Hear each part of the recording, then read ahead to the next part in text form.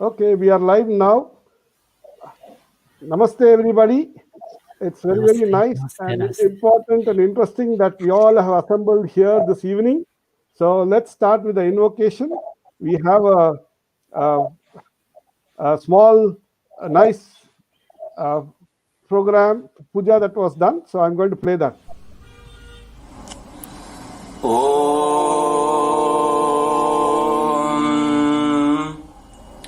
गणानां त्वा गणपतिगं हवामहे कविं कवीनामुपमश्रवस्तमम् ज्येष्ठराजं ब्रह्मणां ब्रह्मणस्पत आनः शृण्वन्नोतिभिः सीदसादनम् महागणपतये नमः।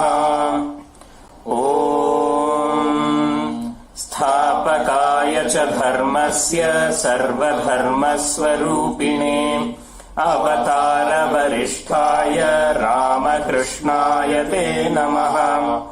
जननीं शारदां देवीं रामकृष्णं जगद्गुरुम् पादपद्मे तयोः श्रित्वा प्रणमामि मुहुर्मुहुः। नमः श्रीयतिराजाय विवेकानन्दसूरये सच्चित्सुखस्वरूपाय स्वामिने तापहारिणे। ॐ सर्वे भवन्तु सुखिनः सर्वे सन्तु निरामयाः सर्वे भद्राणि पश्यन्तु मा कश्चित् दुःखभाग् भवेत्। ॐ शान्ति शान्ति शान्तिः।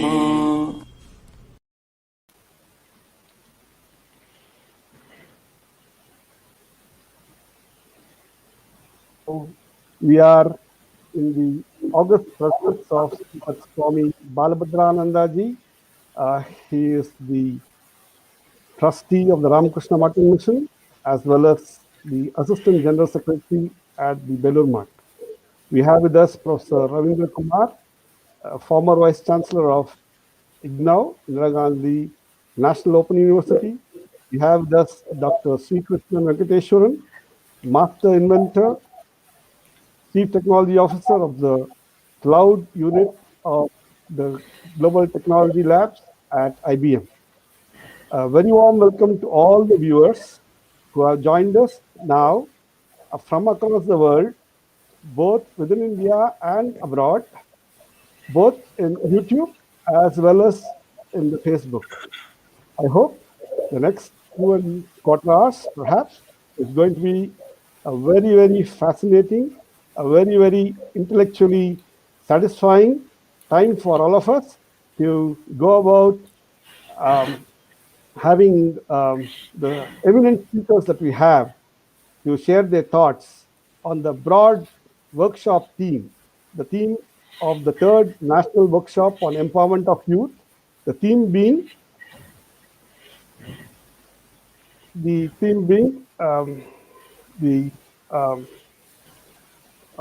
youth character building for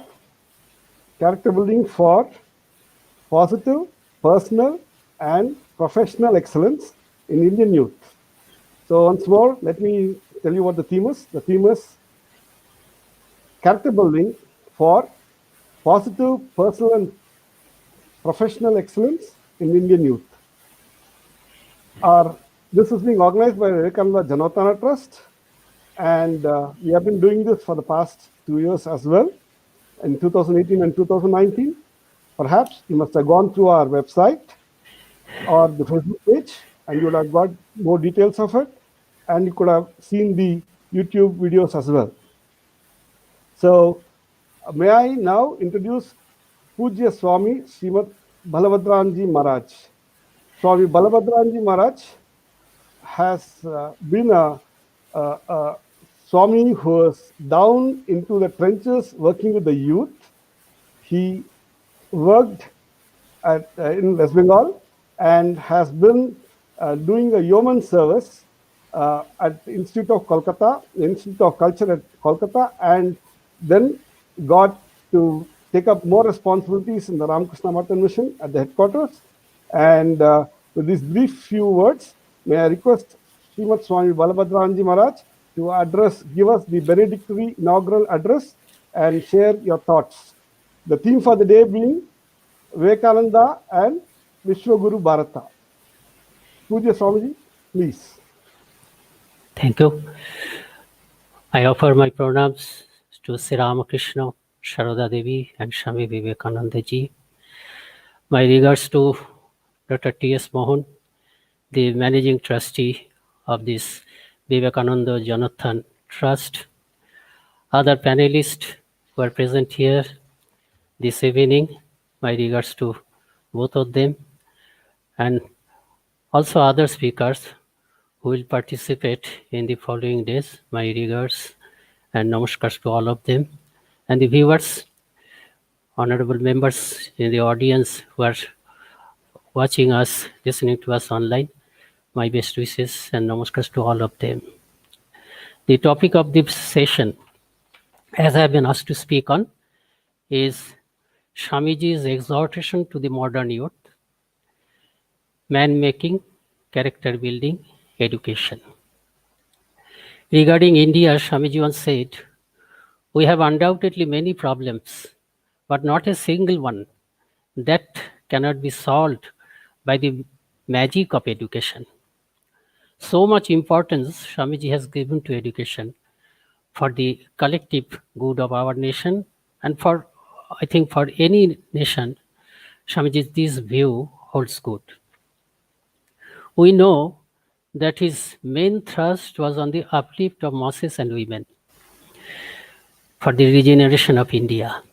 He would often say, "Never forget, the word is woman and people." And for the uplift of women and people also, he felt that education would be the first step and sure step. He said, "Nothing can be done to improve the state of things unless there is spread of education first among the women and the masses. Let only women and the people achieve education. All further question of their fate they would themselves be competent to solve." Not only did he realize the great importance of education in a nation's life, he also deeply deliberated on the issue that what kind of education would be good for us. In ancient times, students were given both spiritual and secular education. As we know, the famous verse of the Upanishads say, "De vidde veditavve para chaiva aparacha." Both you are to learn knowledge of the absolute truth as well as the knowledge of the word. What is Paravidya? Yaya tadaksharam adhigammate, by which the ultimate imperishable truth is known, that is Paravidya, and everything else is Aparavidya, secular knowledge. Aparavidya is naturally varied and vast. Paravidya is only that, to know the ultimate truth. Swamiji also wanted both spiritual and secular education for the masses. He said, masses must be given secular education. But he also said, "I look upon religion to be the innermost core of education." He wanted to see the great impact of Sri Ramakrishna's wonderful spiritual life also reflected in education. He once said, "That new life force which Sri Ramakrishna brought with him has to be instilled into learning and education." Swamiji talked about education very elaborately, and his utterances are there galore in his complete works, in his talks, lectures, and letters. It is there. Some of the quotations I'll mention here. By education, Swamiji meant assimilation of ideas, not collection of facts or information. His famous utterance we can quote here. "Education is not the amount of information that is put into your brains and runs right there, undigested, all your life. No, not that. If it were so, Swamiji says, then libraries would have been greater sages and encyclopedias would have been rishis. Education is the nervous association of ideas, he says. What is nervous association? Certain ideas you have to totally mingle in your life, in your thought, action, dream, and in everything. So much so that they have become part and parcel of your being. You and those ideas are not separate now. This is the state when you can say that you have assimilated certain ideas. This is called education. Some great ideas should be part and parcel of my personality. Swamiji says, if you have assimilated 5 ideas and made them your life, then you have more education than one who has got by heart a whole library. We must have life building, man making, character making, assimilation of ideas. Such things are gathered in his complete verse, of which we see the 2 have been chosen here as the topic of this session's discussion, man making and character building education. Now, what did Swamiji mean by man making and character building? The 2 ideas are not separate, rather interrelated and overlapping. An ideal man must have an ideal character, and an ideal character means certain qualities which make a man an ideal man. So, 2 are connected. Character is formed by repeated actions. Each action leaves an impression or sanskara on our mind. Sum total or resultant of those sanskaras is called character, as Swamiji says in Karma Yoga. Character makes man. Swamiji would often say, man making is my mission. In Master as I saw him, Nivedita writes about him. Nivedita says that when Swamiji said that man making is my mission, actually he meant national man making is well, but that is another question. Nivedita says in Master as I saw him that laboriously, unflaggingly, day after day, he set himself up to the task of man making, playing by turns the role of guru, role of father, and sometimes even the role of schoolmaster. He would often say like this, it is man-making education all round that we want. The ideal of all training, all learning should be man-making. Now, what did he mean by man-making? Let us see rather what did he mean by ideal man. Making of what was his mission? Making of what was the goal of his scheme of education? And also let us see what he meant by the right kind of character, which he liked to see in all and which he wanted to create by education. Answers to this question we'll now try to find from his own words. Swamiji says, we want that education by which character is formed, strength of mind is increased, the intellect is expanded, by which one can stand on one's own feet. On another occasion, he says, is that education worth the name, which does not equip common people for their struggle in life, does not bring out strength of character, a spirit of philanthropy, and the courage of lion? Stressing the point further, he says, real education is that which enables one to stand on one's own leg. So he regarded self-reliance to be of great importance and felt that education should bring about that. From what we have discussed so far, we see that by an ideal man or a right kind of man, Swamiji means one who is self-reliant, who can handle his life himself correctly, who has a strong mind, fine intellect, and who has developed a strong character. And by character, Swamiji means, as we have seen so far, having confidence, courage, and a spirit of philanthropy. Swamiji once said, we want harmoniously developed man who is great in heart, great in mind, great in deed. He said, an ideal man is he who possesses 3 H, heart to feel, head to think, and hand to work. Of these three, heart he valued most. Be a heartful man, he would say. He said, if there is a conflict between heart and intellect, follow the dictates of heart.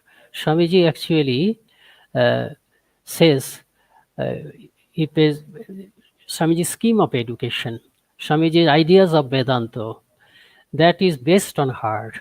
Swamiji even says that love is Vedanta. That is something unusual. Generally, we associate love with emotion, and so it is associated generally with bhakti or Dvaitins. But Swamiji says love is Vedanta. In his lecture on Vedanta, which he delivered at Lahore, we are all acquainted with this famous saying, "Arise, awake, and stop not till the goal is reached." But the preceding sentence is this: unfurl the flag of love. The lecture is on Vedanta, unfurl the flag of love. So Vedanta, Swamiji there says that Vedanta, only Advaita Vedanta can explain morality, or only Advaita Vedanta can provide a reason for why it is good to love others, because I exist in everybody. If I do not love others, I ignore myself. I deny myself. If I hurt others, I actually hurt myself. If I love others, I expand myself. I proceed an inch forward to my real goal when I realize that I exist in everybody. So, love is the characteristic sign of whatever Swamiji said. Love should be the characteristic sign of the right kind of education that Swami Vivekananda wanted for our people. So what that Swamiji says, an ideal man is he who possesses three H: heart to feel, head to think, hand to work. Of these three, heart he valued most. Be a heartful man, he used to say. He said, if there is a conflict between heart and intellect, follow the dictates of heart. According to Swamiji, the key characteristic of a good man, the key characteristic of an ideal man should be heart. That is, the ability to love and empathize. Ranganathanji Maharaj used to say, it is not this that you will add a little heart to intellect. Rather, add intellect to heart, meaning that you will possess love predominantly. Only you have to add a little of intellect to you, to that heart. I'll now see Swamiji's scheme of education from a different angle, from the point of view of Advaitic truth. Whatever Swamiji said and did, Swamiji once said, I did not preach anything other than Upanishad. And of Upanishads also, he talked about mainly Advaitic truths. And his Advaitic truths are not opposite to Dvaitic or Vishishtadvaitic truth. And Swamiji rather accepted Dvaito, Vishishtadvaito are various steps to the ultimate truth of Advaita. Swamiji, so what is Advaitic principle? Man is potentially divine. In brief, Advaitic principle is this: man is potentially divine, and in that divine identity, we are all one. Man travels from lower truth to higher truth, towards the ultimate truth, by gradually unfolding his inherent divinity. Swamiji says, Advaitic truths are so far used on spiritual plane alone. But in every age, there will be only very few who will be able to attain Nirvikal Samadhi and realize the ultimate truth. That is why Advaitic truths have always remained Rahasya Vidya in the mountains and forests, to be practiced by a handful of mumukshu sadhaka only. But Swamiji says, this truth or satyam can be preached to anybody belonging to any plane, irrespective of adhikari bheda. And as Shivam is ever associated with satyam, it will do only good to people. Swamiji says, if you apply this truth on material plane, you will have immense material wealth. If you use it on intellectual plane. Intellectual giants you will be. Else, as Swamiji said, that which is more known to us, and the language is also much easier. Swamiji says, a student will be a better student, a fisherman will be a better fisherman, a clerk will be a better clerk. If they think that they are divine, they are the Atman. Swamiji wanted to make this highest Advaitic truth part and parcel of his educational scheme. Every student will know from the very beginning, theoretically, even if they know it, even if we have theoretical conviction of this Advaitic truth, that will also do immense good to us.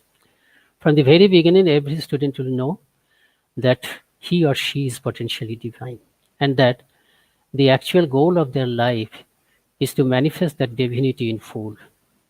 Now, whatever good or positive thought a man thinks, whatever good and positive deed a man does, that unfolds his dormant divinity. So, what will happen to the students now? We have started their life as a student with this theoretical knowledge of Advaita truth that we are potentially divine. We are one in that divinity. So the truth is divine oneness. My identity is divine, and in that divine identity, I am one with the entire universe. So this divine oneness is the message of Advaita Vedanta. So our education will be such that our students will begin their life, students' life, after knowing at least theoretically, having a theoretical conviction of this idea, of this truth of divine oneness. So what will happen? At least theoretically, they now know that they are divine, potentially divine.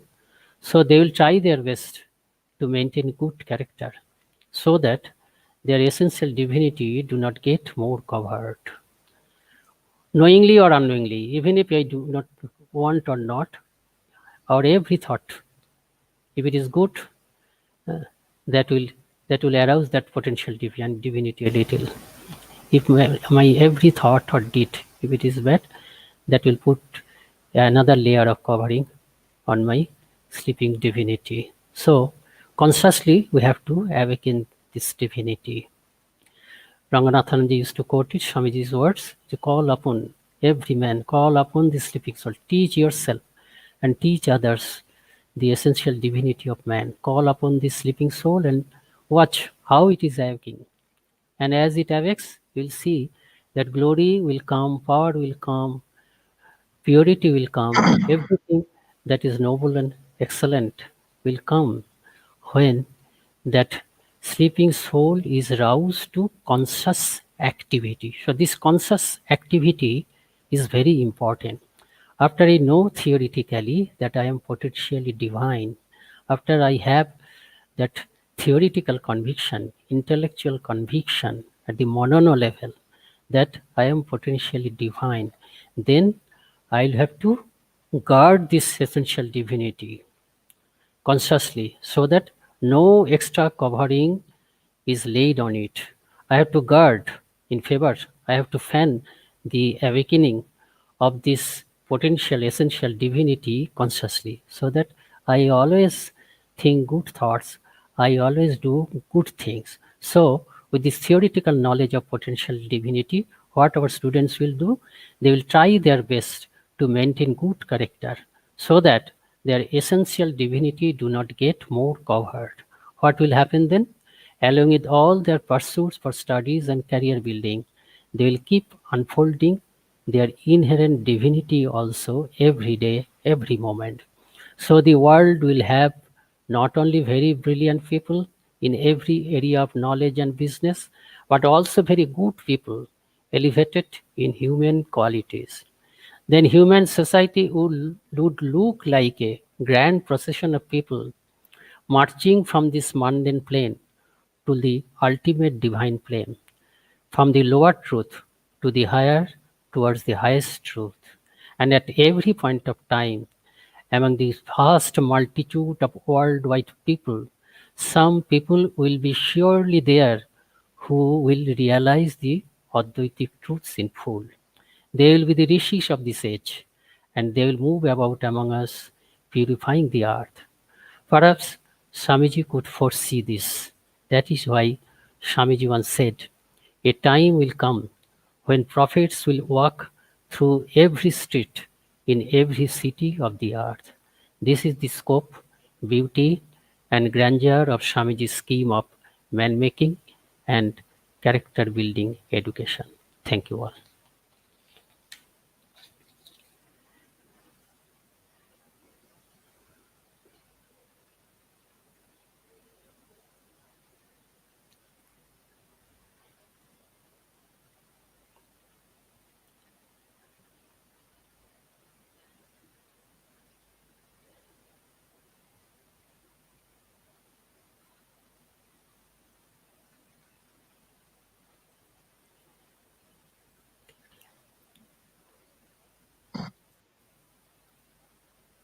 Mohan, you're on mute. You're on mute. Yes. Thank you, Puja Swamiji. It was really nice to hear you give that grand sweep of Swami Vivekananda's vision for character building and man-making education that he envisioned not just for youth of India, but for the entire world. On that note, I'd like to say that we would like to have your questions, and those questions will come out here. We would be taking the questions during the panel discussion time. So please feel free to type in your comments on both YouTube as well as Facebook page. And we'd be happy to get people on board. Like, for example, I have a nice observation by Swamiji. Satyapriyananda ji has given a nice small observation saying it's a very nice inaugural lecture. Thank you, Swami Satyapriyanji. How to offer my thanks? And of course, we'd like to now go on to introduce Dr. Sri Krishnan Venkateshwaran. Dr. Sri Krishnan Venkateshwaran did his master's from IIT Kanpur in the world of technology, did his MTech there. Then he went on to do his, he joined the IBM and went on to work there in a research wing, happened to make a lot of difference to the big problems that's getting solved within the ambit of what IBM has undertaken, has got about 35 patents under his belt. He's completed his PhD from BITS Pilani, and he is a very deep thinking and very popular person with a lot of youngsters, because he brings around both the technological prowess as well as the humanism that one needs to have in order to bridge that gap to make oneself complete. So may I now request Sri Krishnan Venkateshwaran to share his thoughts on Vishwaguru Bharata, how the world youth looks forward to living Vivekananda. Sri Krishnan Venkateshwaran. Thank you, Mohan, for that rather very generous introduction. Namaste, everybody. I'm very grateful to the Vivekananda Trust, Mohan, for organizing this sequence of programs on Vivekananda with the theme of character building in youth. Pranams to my fellow panelists, Swami Balabhadrananda and Professor Ravindra Kumar. And Swami Balabhadrananda ji, thank you for your insightful message today. Good evening, everyone. And I am honored to have the opportunity to speak in front of this distinguished audience today. So Swami Vivekananda is exemplar of why Bharat is considered Vishwaguru and why the world looks to India as a symbol and teacher of righteous behavior, or dharma as we call it. And one reason for the universal connect that Swami Vivekananda has had is that he was a spiritual giant, but with a modern outlook. So Swamiji had a commanding intellect. He was a critical thinker. He was a fluent speaker of the English language, and he fearlessly posed tough questions and sought answers for them. And along with Hindu religious thought, he was also attuned with Western philosophy, having spent about 5 years of his short life in the West. So the question today is, why does world youth of today need Swami Vivekananda's practical Vedanta? So to seek some answers to that question, I will look at dharma through a modern lens. So dharma can be straightforward, but it can also be subtle. It can be complex, especially when you look at it wearing the pragmatic hat of a 21st century corporate techie and a householder. And most of us need help to understand what our dharma should be in different situations. So let me start with a story. So there was an ascetic living in the forest, and one day a group of robbers were chasing a man who had witnessed a crime that they had committed. And this ascetic happened to see the man fleeing the robbers, and he knew where this man was hiding. So the robbers see the ascetic, and they ask him if he had seen the man. So the ascetic knew that the robbers would kill the man in cold blood if they caught him, since he had been a witness to their crime. So the ascetic had to choose between satya, telling the truth, or ahimsa, which is preventing a murder.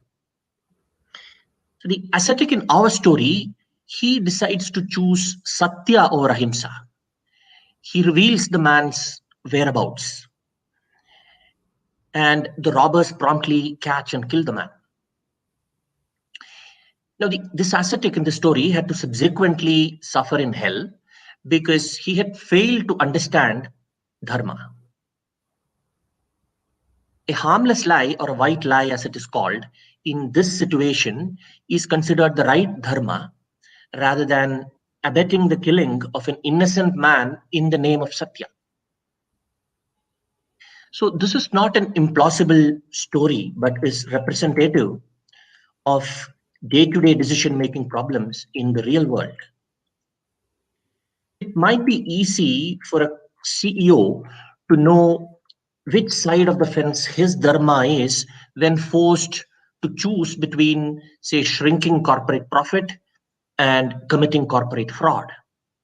At least the right and wrong of it is clear. But many problems are not black and white like this. They are more abstruse, they are more indistinct. So for example, if you are a seller in a company and you know that a competing product is a better fit for a customer, what would you do? Is your dharma to ask the customer to choose the competing product? Or let's say you are a manager and you have the funds to promote 2 people in your team, and there are 3 people in the team who are equally good. Now, what would you do? So how will you remain on the right side of dharma? Sometimes questions of dharma can even lead to a seemingly unsolvable dilemma. So there was a famous Russian novelist named Dostoevsky, many of whose stories explored human psychology. And in one of his novels, 2 brothers are discussing a rhetorical question, which is, if an innocent child has to be tortured to save all of humanity, will you do that? Now, the Mahabharata and the Upanishads, they help inspire answers to some of these subtle questions around dharma. So Kathopanishad, which was one of Vivekananda's favorite scriptures, it has a situation where Nachiketa faces a practical dharmic dilemma. In fact, Swami Vivekananda's often quoted slogan, and which was also quoted by Swami Balabhadrananda in his talk, "Arise, awake, stop not till the goal is reached," to the youth of the world, that is inspired by Yama's teaching to Nachiketa in the Kathopanishad. I submit to you that understanding your dharma is key to character building. But before we get to the question, can dharma be taught? Let us be aware that dharma, at least some facets of it, is changeable and is subject to democratic consensus and legal interpretation of the times. So I'll give you an example by taking a flashback at the suicide versus euthanasia litigations in Indian courts over the years. So several years ago, there was a section in the Indian Penal Code punishing suicide by a 1-year imprisonment. This refers, of course, to failed suicides, not successful ones, since there's no one to punish in the case of the latter. So in 1985, a police constable in Mumbai tried to immolate himself in protest against some government inaction. And criminal charges were pressed against him for attempting to take his own life. He challenged his prosecution in the Bombay High Court. The court ruled that right to live also included the right not to live. It acquitted the police constable and it struck down this law of punishing failed suicide. 2 years later, a couple in Punjab were arrested for abetting suicide, and the case was heard in the Supreme Court of India. So the couple argued that they were facilitating the enforcement of a constitutional right, since the earlier ruling of the Bombay High Court had upheld the right not to die, or rather the right to die. And that was the current law of the land. This logic was clearly defective, it was flawed, and the Supreme Court decided that, after all, right to live did not include the right to die, even though the court did uphold the right to die with dignity, which referred to euthanasia and not a natural death. So the law making attempt at suicide punishable was restored back to where it was. So you see that dharma is also a function of judicial interpretation and consensus over time. But dharma has two parts. It has a legal aspect, what is called as dharmic law, and it also has a moral dimension. And luckily, the moral dimension of dharma, unlike the legal aspect, is more or less immune to the times. I'll give you an example from the Mahabharata, where Yudhishthira has staked his brothers and his wife Draupadi after losing the game of dice to Shakuni at Dhritarashtra's palace.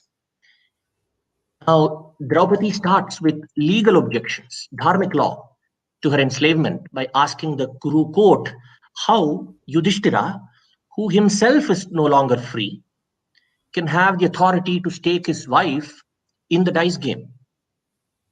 That doesn't work.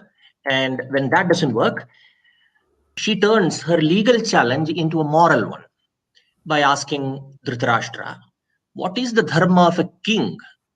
Can a woman in the kingdom become a slave because her husband staked her in a gambling game?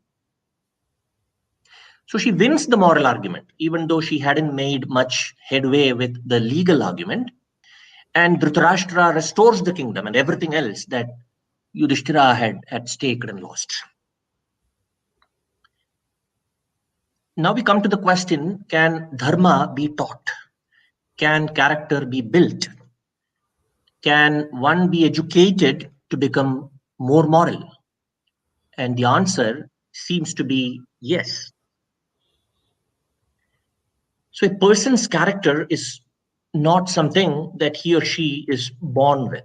It is constantly evolving through repeated action, and one can indeed be educated to become more moral. And dharma is a central concept shared by many religions. It can be learned by practice. You need gurus who teach with a sense of calling. Indic gurus like Swami Vivekananda through his teachings of practical Vedanta. Although dharma can be learned, it is also an inner journey of self-discovery. The vasana has to be created so that we reach the right decision even during trying times. Mahatma Gandhi tried to cultivate the moral instinct through his experiments with truth. He employed fasts as a way of moral growth. And Yudhishthira and the Mahabharata taught that repeated actions had a way of changing one's inclinations to act in a certain way. And that positive evolution of inclination is character building. I will conclude by speaking about a modern day role model I have had since my school days. So there are many men and women of character in the present era in India and globally. But if you ask me to pick one person that I look up to, it is former Justice Hansraj Khanna of the Supreme Court of India. So judges have to often encounter dharmic dilemmas. But Justice Khanna lived through several of them in tough times and honorably acquitted himself. The year was 1976. Internal emergency had been imposed in India a few months back. Several fundamental rights, including the right to life and liberty, had been abrogated by the government of the day. And this came in as what is called the habeas corpus case to the Supreme Court of India. And in the 5-judge bench, 4 justices gave the judgment that the government wanted to hear, and they upheld the revocation of the fundamental right to life of the citizens of India. And Justice Khanna was the sole dissenter. So the case was decided 4-1. 2 of the judges who sided with the government would publicly lament their decision years later. And Justice Khanna's eloquent and fearless dissenting judgment was censored by the press of the day. Khanna knew this decision is going to cost him the Chief Justiceship of India. He was right. Rather, he turned out to be right. The government of the day had a record of ad hoc supersession. They had recently superseded 3 judges who had delivered judgment against the government in the famous Keshavananda Bharati case that had curtailed the power of the government to indiscriminately amend the constitution. And indeed, when Justice Khanna's turn came to be the Chief Justice of India a few months later, he was superseded by the government as punishment for his judgment, and he resigned the same day. Now, the wheels of the decade turned twice. Several governments changed, and 23 years later, in 1999, Justice Khanna was awarded the Padma Vibhushan, and he's eulogized today for speaking eloquently and fearlessly for freedom when the highest court in the land had seemingly surrendered, submitting an independent judiciary to an absolutist government. And Justice Khanna's portrait today hangs in the Supreme Court. And the world remembers Khanna, but not the judge who superseded him as the Chief Justice of India. So to me, people like Justice Khanna lived Vivekananda. They are the real practitioners of Vivekananda's practical Vedanta. So why do we need Swami Vivekananda and his teachings? In my opinion, the most important reason why we need Vivekananda is that goodness is not always rewarded abundantly and perceptibly in this world. Khanna lost his chief justiceship in that example. Pandavas had to suffer misery while Kauravas prospered.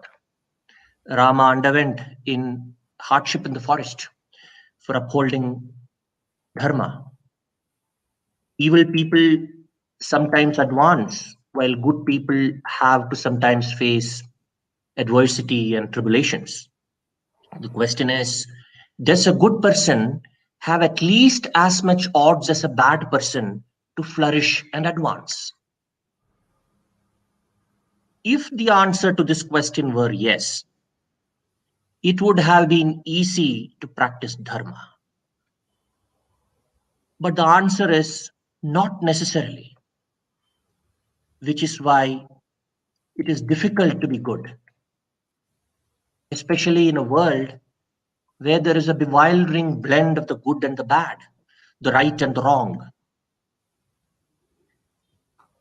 Take the story of Karna, who was the embodiment of generosity. So Karna is in the middle of battle with Arjuna at Kurukshetra, and he's trying to lift his sunken chariot wheel. And Lord Krishna, in the guise of a poor Brahmin, he goes to Karna. He does not ask him for a material gift, but he asks him for the karma bhala that Karna has accumulated. So Karna was asked to give away the good merit he had earned due to the generosity that he had practiced in life. And Karna knew that the instant he gave away his life's merit, the Devata who was protecting him from Arjuna's arrows will also leave him. He may even have to go to hell after his death, since he will lose his punya.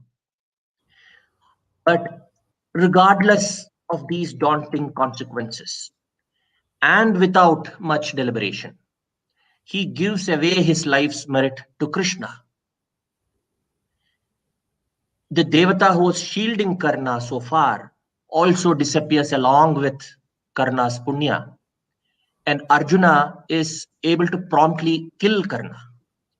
And in some versions of the Mahabharata, Karna had to spend time in hell after his death as a consequence of his lost punya. This is the difficulty of being good and doing good, that you may even be punished as a consequence of your action, leave alone not being rewarded.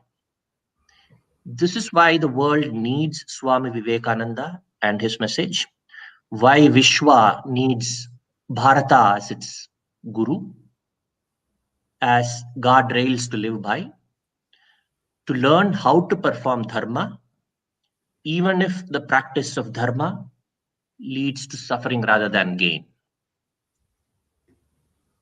With these, I conclude my thoughts and reflections.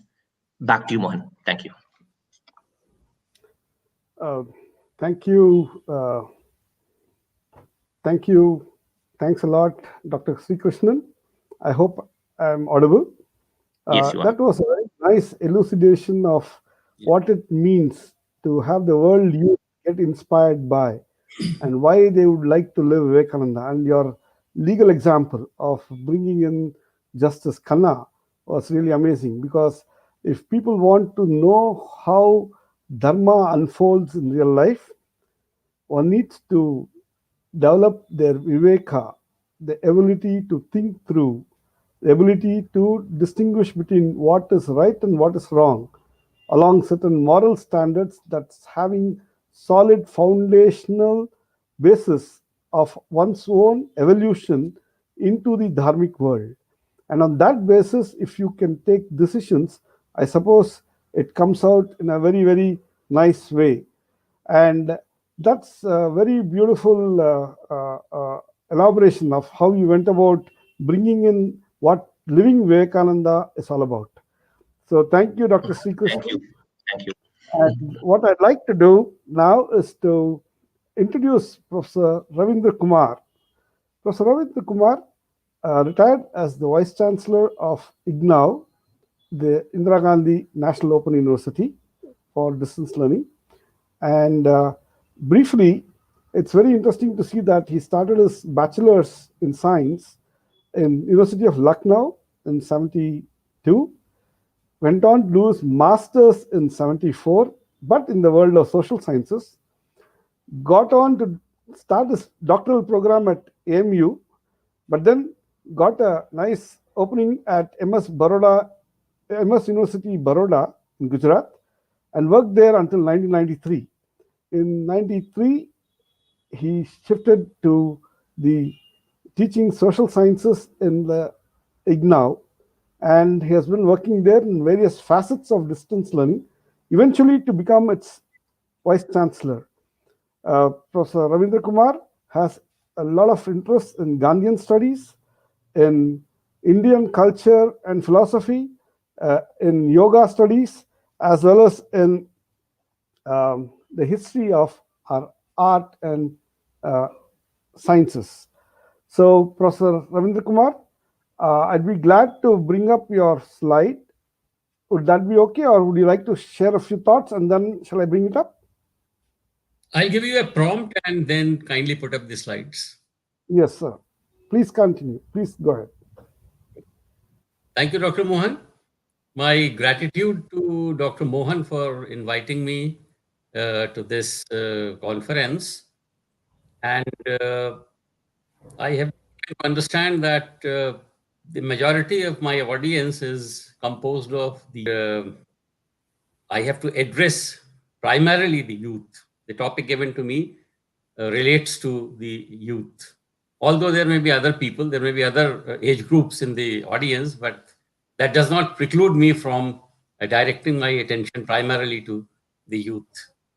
The two illustrious speakers have laid the ground and have given a beautiful presentation of how Swami Vivekananda looked at youth and what is it like to be in the world with the dharmic connotations and with ethics and morality, and his emphasis on modern education. I have been a teacher all through my life, and therefore I will talk to you on the basis of my experiences as a teacher and my experiences with the students in the course of this long 40-year career as a teacher. When I locate myself in the year 2020, I discovered the learners today, the students today, the youth today is a completely different proposition than about 2 decades ago or 3 decades ago when I had been teaching at different universities and I was addressing primarily the youth working in the Indian university system. What is the difference? The difference is that today our youth has become digital native. I deliberately use this word, and many of you will be familiar with this word. The youth has become a digital native. We can also say youth has become cyber learner. And cyber learner is a different, completely different entity than the kind of youth that I was addressing during the early days of my teaching career in 1980s or in early 1990s. What is the difference, and how has this difference made a shift in the overall paradigm of our learning and knowledge? That is going to be the subject of my short presentation. There are 5 PPTs, and I will request Dr. Mohan to put up the PPTs. When I give a prompt by calling next, then he can put up the next PPT. Dr. Mohan, kindly put up the PPTs so that I take course to the PPTs, and this will help the listeners also, the participants in the conference, in properly understanding what I want to talk to them. My first proposition is that the internet has created a change in the nature of knowledge. And this proposition is based on my experience and also on the basis of what is happening in the world of knowledge these days. There has been a paradigm shift, honestly speaking, with the use of internet. And this paradigm shift needs to be clearly understood if we really have to appreciate what kind of youth are we addressing today, and how are we going to address this youth, and how are we going to instill the sense of character building in our youth today. Internet has changed the nature of knowledge in the sense that the knowledge has today become digitized, and it is converted into small modules. And all of these modules of knowledge are today floating in the cyberspace. Unlike the linear kind of learning with which I was familiar in the early days of my teaching career, and the books were the primary mode of interaction and the resources for imparting knowledge, unlike that, the situation today has completely changed. It is a situation in which the cyber world is full of small modules of knowledge, and there is no linearity in these small modules that are floating in the cyber world. When there is no linearity, there is a great possibility in our cyber learners to pick up small modules according to their own convenience or interest and their own understanding of the subject and organize them in multiple different formations. Now, this is a very different situation from what I had experienced, as I said, in the early days of my learning or working as a teacher. When they organize these modules into their own set of understanding and according to their own convenience, what they generally is to become a community of learners. And this community of learners is interested in information gathering, information sifting, and in use of information rather than information becoming available to them in the linear classroom fashion, which has been the general trend in our universities and university and degree college systems all over the country.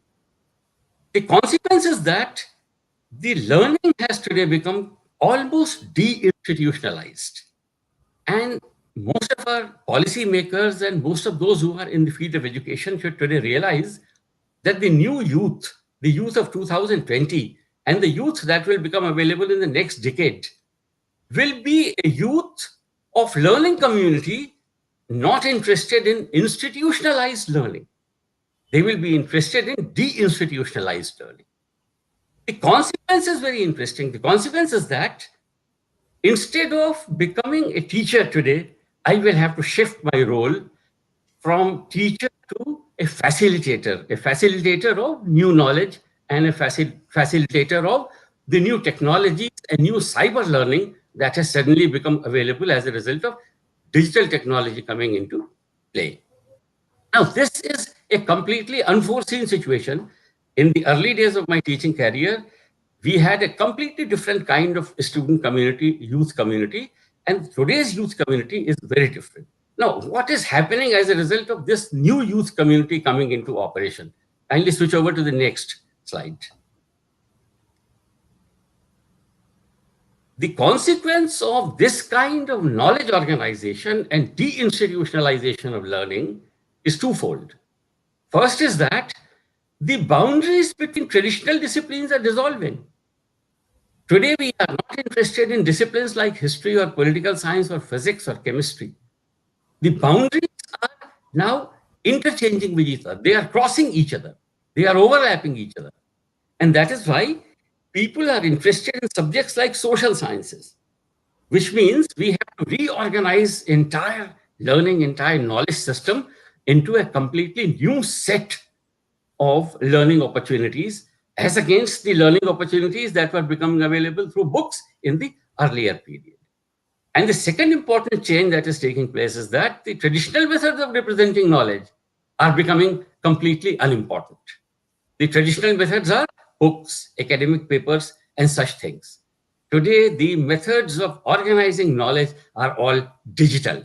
So knowledge that was originally composed in heavy textbooks or scriptures is today becoming available on their mobile phones or computer screens, and the mobility of this knowledge has suddenly increased enormously. Now, this has created a completely new situation for teachers like us and for anybody who is interested in addressing the youth of today. Please switch over to the next. Just a second. Yeah.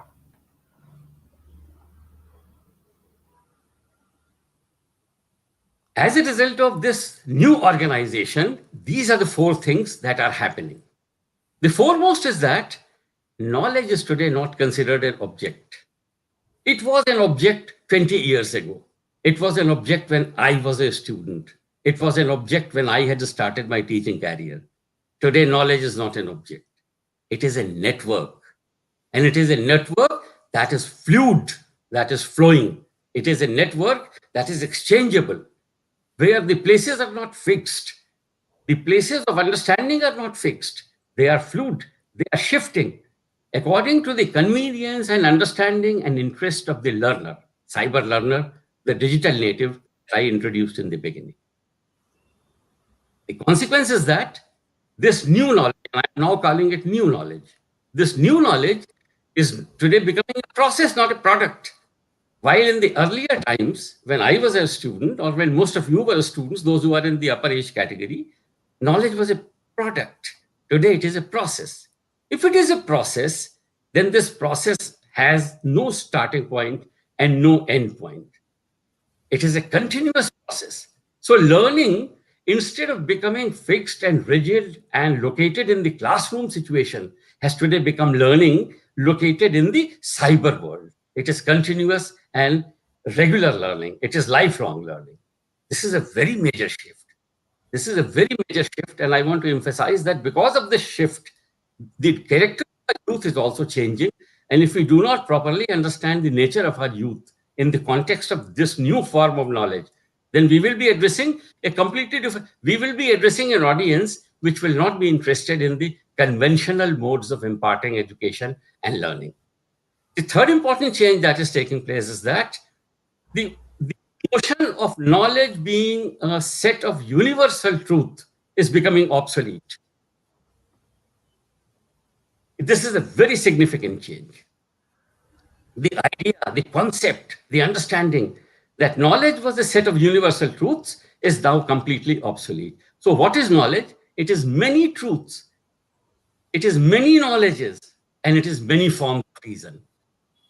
Whereas in the earlier stages, when I was a student, when most of you who were in the upper age category were students, knowledge was considered rigid, fixed, imparting only one truth, giving only one reason, giving only one set of understanding.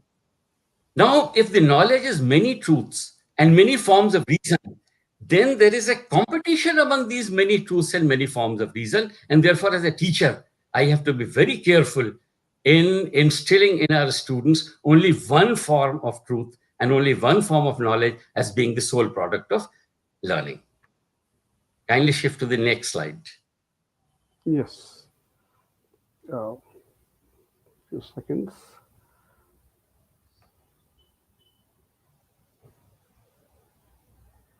The consequence, major consequence, which I call as paradigm shift, is that understanding, learning, reading, and imparting of knowledge is today becoming a sequence of meaningful experiences. And this sequence can have multiple forms. It is not necessary for only one kind of knowledge to become the sole repository of understanding or learning. Because it is a sequence, there are multiple possibilities available in this sequence. And therefore, we are addressing a set of learners, a set of young youth who are interested in the learning possibilities through the teaching community. The sequences are becoming more important than the rigidities of knowledge that we were imparting in the earlier stage. As a consequence, the total structure of ideas and activities are now shifting from teacher-centered delivery of knowledge to learner-centered understanding of knowledge, learner-centered selection of knowledge, learner-centered information, learner-centered organization according to their own interest and utilities of knowledge, as against the earlier form when we were delivering knowledge in the classroom situation. We were the teachers who were the repositories of all understanding and knowledge, and we were imparting it to our learners.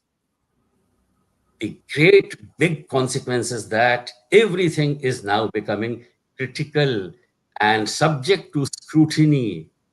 And because it is subject to scrutiny, there are multiple different possibilities of different kind of practices emanating from the same set of knowledge. Therefore, as a teacher, my role becomes very, very critical in guiding my learners, in guiding this youth to those sets of critical scrutiny, only which will impart reason, only which will give you a sense of reason. There may be a possibility that out of this critical scrutiny, there may be 10 derivatives which may not be reasonable.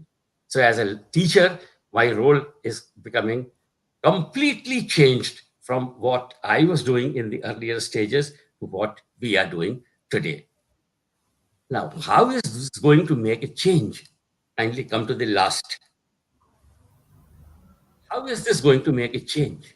These are, in my opinion, the three cornerstones of addressing the youth today. We should tell them how we know what we know. In the earlier stages of teaching learning experiences, in the decades when I was a teacher in the 70s and 80s and was addressing classroom situations, we never told our learners how we know what we know. But today our learner is interested in knowing how we know, what we are imparting them in the form of knowledge, how that has come to us, what is the source of it, and from where have we collected all of this. The second important shift is that the criteria and values that underpin discipline are also changing. Discipline consists of two kinds of paradigms: constitutive paradigm and interpretive paradigm. When we discuss a discipline, it is not sufficient to talk about the discipline and the knowledge imparted in that discipline. It is equally important today in the change situation to tell our learners what has been the constitutive paradigm of this discipline and what has been the interpretive paradigm of this discipline. I'll quickly cite one instance, only one instance. Suppose we talk about an item of history, an incident of history. Now, this episode in history has been constituted out of historical facts and it has been interpreted. Therefore, this historical fact as a universal truth will have no meaning if we are not able to tell our learners how has this historical fact been constituted, from which sources, and what kind of personal or universal interpretation has been imparted into this historical fact. And finally, all of this has resulted into a very, very different situation emanating in the 21st century. And that situation is the notion about finality of reality is today changing. Reality is becoming tentative. Reality is becoming dynamic. If reality is becoming dynamic, our learners have to be trained into actually understanding what contemporary and topical reality is going to be useful to them. Not everything that in the name of reality can be imparted to them will become useful to them. This is the shift in terms of the cyber learning, in terms of the digital native learning from 60s, 70s to the year 2020. And therefore, we are today addressing a completely different kind of situation. And if we do not change ourselves according to that situation on the basis of what I have very briefly discussed here, then we will not be addressing the right kind of people. We will not be addressing the right kind of. Thank you so much. Thank you, Professor Ravindra Kumar. It's very nice. Of course, the topic was how to operationalize and make Swami Vivekananda's vision happen for the youth in the contemporary world. And you beautifully went into the world of how to understand knowledge, how to operationalize and internalize that. And I think there's a lot of parallels with what Vivekananda did and how, without talking about Vivekananda, yet you touched upon all that Vivekananda would do in order to be able to survive and thrive in this world that we are in currently. Especially the fact that you have this experience of having made a very big, large program of distance learning successful in IGNOU, and now we have internet superseding it, and what you see is distance learning happening in reality in a much more bigger scale. That's very, very interesting. And in fact, a lot of viewer comments have been talking about the challenges and ideas that they have had in trying to use the internet as a medium to learn, essentially distance learn. In fact, this massively open online courses fall in that category, and I think there's a lot of interesting things, questions that will come up. So I think it's been very nice to have all the three eminent speakers share their thoughts on what the different facets of learning about Vivekananda are. So let me just run through what Pujya Swamiji shared. He essentially talked about Vivekananda's exhortations for the world youth, the man-making and character-building education, and how it's so very, very relevant even in the modern times. Dr. Sri Krishnan Venkateswaran essentially spoke about the challenges of trying to see how Bharata can be a Vishwaguru and what the world youth looks forward to in living Vivekananda. And he summarized it beautifully by venturing into understanding what Dharma is and how, say, in the legal world, we essentially had seen one example of Justice Hansraj Khanna being through so many Dharma Sankatanas, being able to nurture that ability to think through the difficult situations and look at that dharmic strand that one needs to follow, and then to be able to stand up to it when you are, even though you're faced with so many difficulties and Oh, disadvantages. At the end of the day, Professor Justice Kala stands out in a big way. And of course, Professor Ravindra Kumar had beautifully brought out the challenges and solutions in trying to understand knowledge, which is what the mission of Vivekananda was for our youth. So we move on to this next part of the program, which is the panel discussion. The theme for the panel discussion is Vivekananda's India as a Vishwaguru.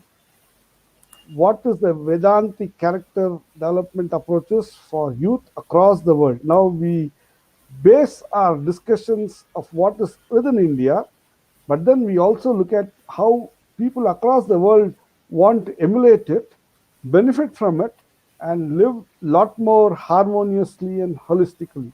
So, on that note, let me go over to our eminent panel.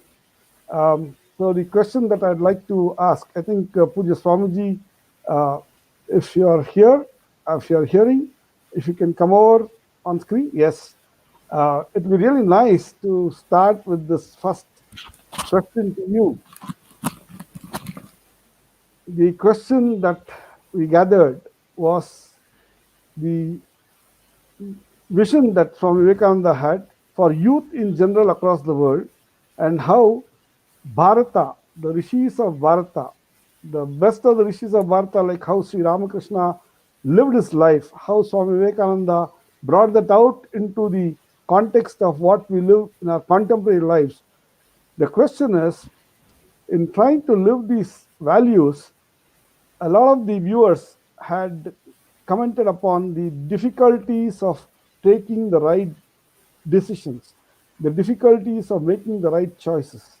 So, Puja Swamiji, could you share your thoughts on how one goes about trying to live the values and principles of Swami Vivekananda, which he exhorted the youth to live? How does one go about trying to overcome the difficulties and be successful in it? one has to be very bold. That is the thing. If you have to follow the path of values, you have to be very bold. Bold in the sense, as Dr. Venkateshwaran put some examples. If you are on the right path, that does not mean that you will be always rightly treated.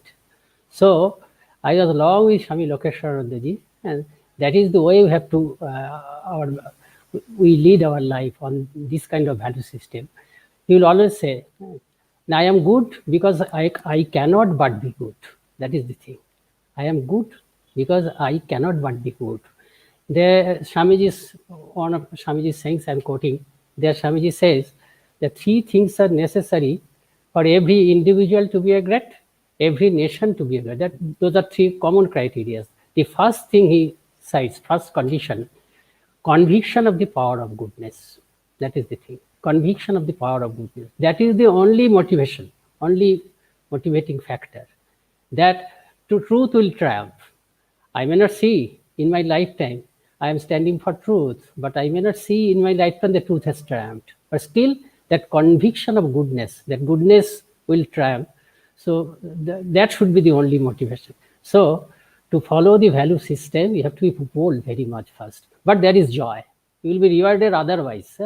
The external world may not reward it, but you'll have that reward from within. You will have that reward from certain person whom you respect very much. He may be your school teacher, not known to anybody, but he will call you, boy, what you have said is the right thing. You are on the right track.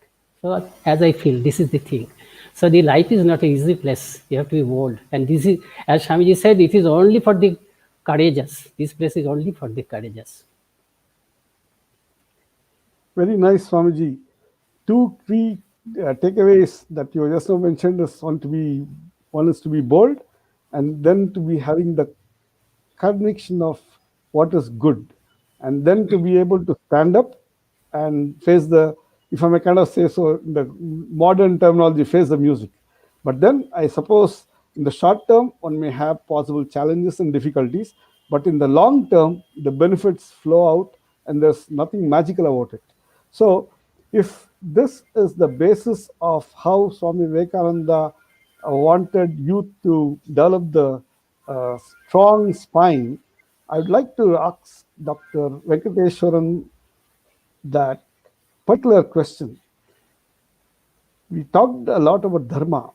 We talked a lot about trying to know that life will definitely put us into dharma sankatas, several challenges of having the moral and ethical spine in face of peer pressure, in face of political pressure, in face of what do you call emotional pressure, in face of familial pressure.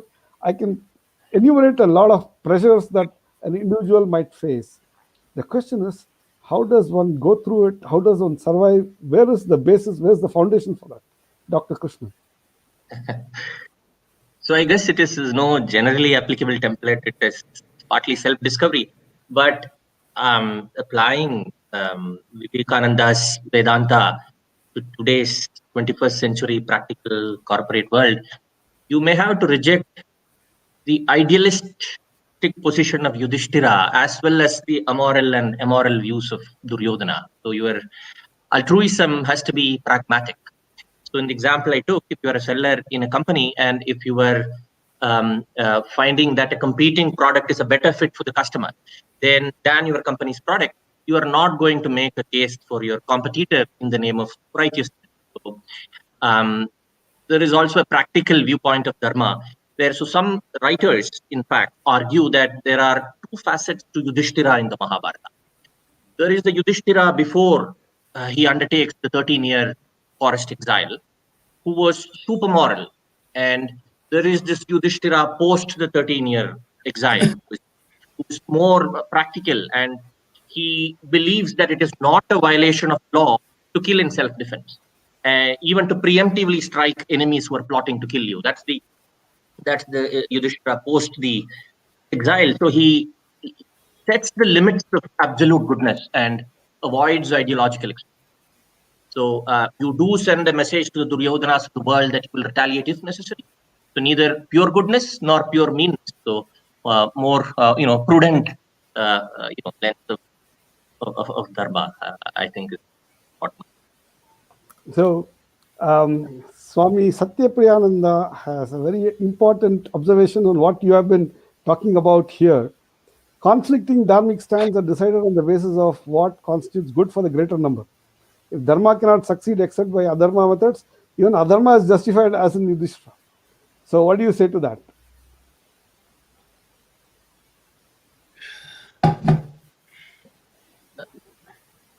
Not adharma. So you neither you avoid the immoral and the immoral. Yeah, you clearly avoid that. The question is probably also avoid super morality, and you have this middle path where the Bhagavad Gita says, right, the middle path, right?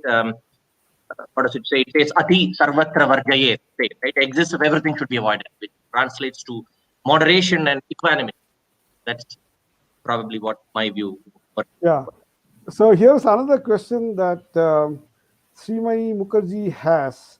She says sometimes life gives situations which are dharma sankatas, such as following dharma to one aspect makes us perform adharma in other aspect. So how do you go about it? How do you, meaning the same act has two dimensions to it. There's a dharmic dimension, there's an adharmic dimension. So how do you distinguish between the two? I think it's a very tough question, but then I'd like to hear your views, Dr. Krishnan. And then maybe I should like to request Swamiji also to share his views on this.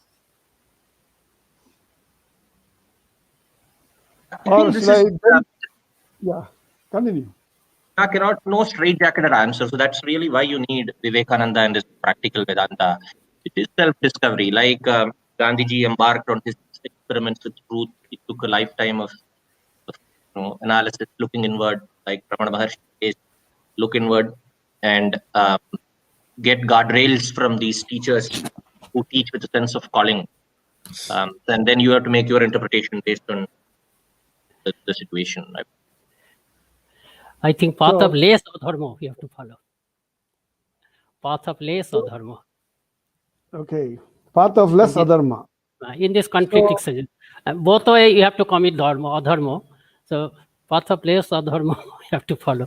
Patha place dharma means that is from the dharmic standpoint, it is nearer to uh, dharma compared to the other. Exactly. Exactly. So So, in Swamiji, statistics, there is something called the max-min principle, right? That calls for maximizing minimum gain or minimizing maximum loss. So applying that to living and what Swamiji just said, maximize your pleasures so long as it does not diminish others. So set some, limits on pleasure and wealth. Don't ban it, but make sure that it doesn't diminish the other person's pleasures. So maybe yeah. that's a So guardrail. I have a comment which has been put up on the YouTube. Dr. Gopal Pingali has put up a very interesting perspective to this. He says, a person who is dharmic, whose ability to has the ability to understand the nuance of what to do right and what is wrong, perhaps has the foundation that the parents and family has laid, and the introspection that one has after a broad and deep understanding and reading up what others have done. Would that be a valid answer, Swamiji? Valid observation?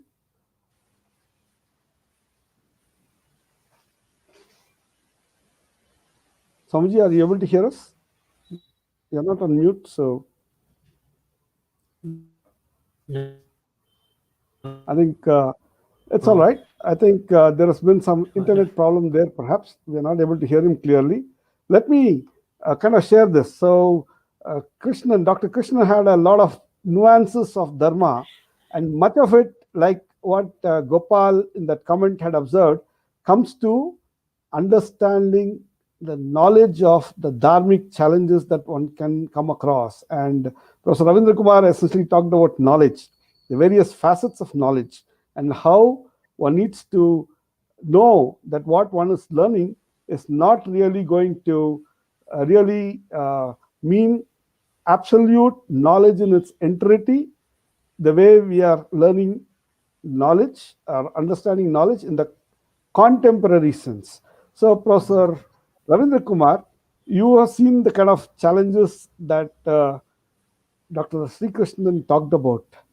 From your perspective, what is that Vivekananda's vision? What kind of knowledge should one acquire?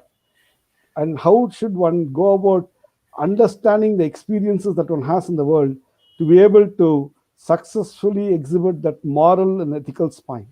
Professor Ravindra Kumar. Morality, ethics, and values, in my opinion, need constant evaluation and re-evaluation. It is not proper to accept them in their pristine time sequence sense. And if not evaluate them in the context of contemporary situation, there will be distortions. I will quickly cite an instance from Gandhiji's work through his life. When he started Indian national movement, came back from South Africa and settled himself in India, and he went to meet Gopal Krishna Gokhale, his mentor and guru. Then the first advice that Gokhale gave to Gandhiji, and Gandhiji meticulously followed that advice, was to understand India, re-understand India. Therefore, re-understanding, contemporary understanding of moralities, ethics, and values, in my view, is very important. And that is why I say that it is not one knowledge. There are knowledge systems, there are knowledges, there are reasons. There is not one reality, there are realities. And one has to meticulously, once you have been able to understand all these realities, at least their nuances, it will be easy for you to make a case for the contemporary situation. So one reality will be relevant to the contemporary situation, but the same reality will not be relevant 20 years from now. That is my take on this important question of how knowledge has to be utilized.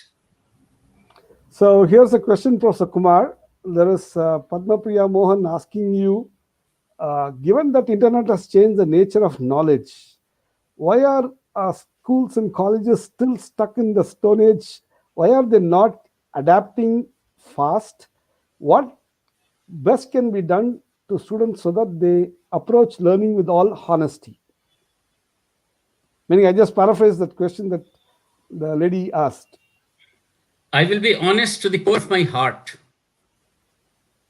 We have Okay, been very unfair and unjust to the field of learning and education. okay. Politicians and all governmental systems, all politicians and all governmental systems have been extremely unfair to education. Education has been their least priority. We frame a policy and implement it 6 years later, when this policy has become completely redundant. We do not pay any attention to our education system, although all kinds of lip service is paid to us. It is a reality that internet has changed the situation. COVID-19 has created a completely different proposition for all of us. We all realize the significance of online learning. But it is very unfortunate that governments after governments have treated open learning, distance learning, lifelong learning as inferior and secondary to classroom learning. Unfortunate to say the least. And there has been no popular movement against this kind of apathy for education. That's a very, very strong position that you have stated, which is what many of the citizens of India feel about. And I think we in the National Workshop on Empowerment of Youth are going to touch upon these topics of dharmic governance and Vivekananda on the 21st, the Monday. On that day, you're going to look at all these aspects of it. But then it's also going to be touched upon tomorrow, because tomorrow you're going to talk about the Vivekananda's way of trying to build the scientific competencies and robust manpower development for national life. Coming back, Professor Ravindra Kumar, there has been a lot of challenges trying to what do you call, put all these kinds of thoughts together, more so by those who have that holistic breadth of vision. That breadth of vision comes because somewhere along the line, apart from our formal schooling and academic education, we also happen to parallelly pursue understanding our Indic culture, our Indic knowledge systems, and the heritage. The question that comes about is, there has been this National Education Policy 2019 that got formulated about a few months back, and I'm sure you must have had opportunities to have seen through that, opportunities to have made your suggestions and contributions to formulate it. How much of it has a capture of Swami Vivekananda's vision in terms of how the youth should evolve in understanding the complexity of modern life, in terms of understanding the right kind of knowledge so that it becomes more effective and efficient for them? So, could you please share your thoughts on Vivekananda's vision for youth to learn knowledge versus what NEP 2019 captures within itself? There are two quick comments on national education policy. One, on August 15, it was announced from the rostrum of Lal Qila that this policy is in the making and it is ready and it will be implemented. The year 2020 is coming to a close, and not one element, one clause of this policy has been implemented in any of the universities or colleges of this country. I have been in touch with universities and colleges. Even though I have retired, I have been keeping in constant touch with the university system and college system. Not one clause has been implemented. This is my first take. The second is, modernity needs to be reflected in the national education policy. It is a collection of very interesting and useful proclamations, but many of them are unimplementable. I will give you only one instance. It talks about technical education. It talks about a combination of technical education and liberal education being the watchword of the next 20 years of education policy. I completely agree with this proposition because I myself have been a liberal educationist and have been working in the field of social sciences. But the regulatory mechanism providing for this kind of an amalgamation and a mix of liberal education with technical education has been completely missing from national education policy. I am not a critique of national education policy. I actually want national education policy to be implemented in its complete form. But unfortunately, proclamations have not been supported by policy framework, regulatory framework. So what is going to happen is that all these proclamations will remain hollow. And in the next 10 years, we will have the same old, rigid, and unflexible regulatory mechanism operationalizing its system on the current education institutions. Very unfortunate. So, Professor, you are essentially talking about the fact that character building and character development, had it been solid and strong, and had it been there for the past 70 years, would have seen the implementation of these NEP 2019 proclamations absolutely executed and in action. So, does it mean that NEP does not touch upon or has in a nuanced way touching upon character development or the vision of Swami Vivekananda? And would that mean that there's been a lot of resistance across the board, across the entire spectrum of educational institutions within India to these kinds of changes that's essential for India to progress as a nation, for the world to learn from India, to see how these kinds of things can be managed, the change management can be managed so that world youth, not just Indian youth, really benefit from the newer ideas that are lying as proclamations within the NEP 2019.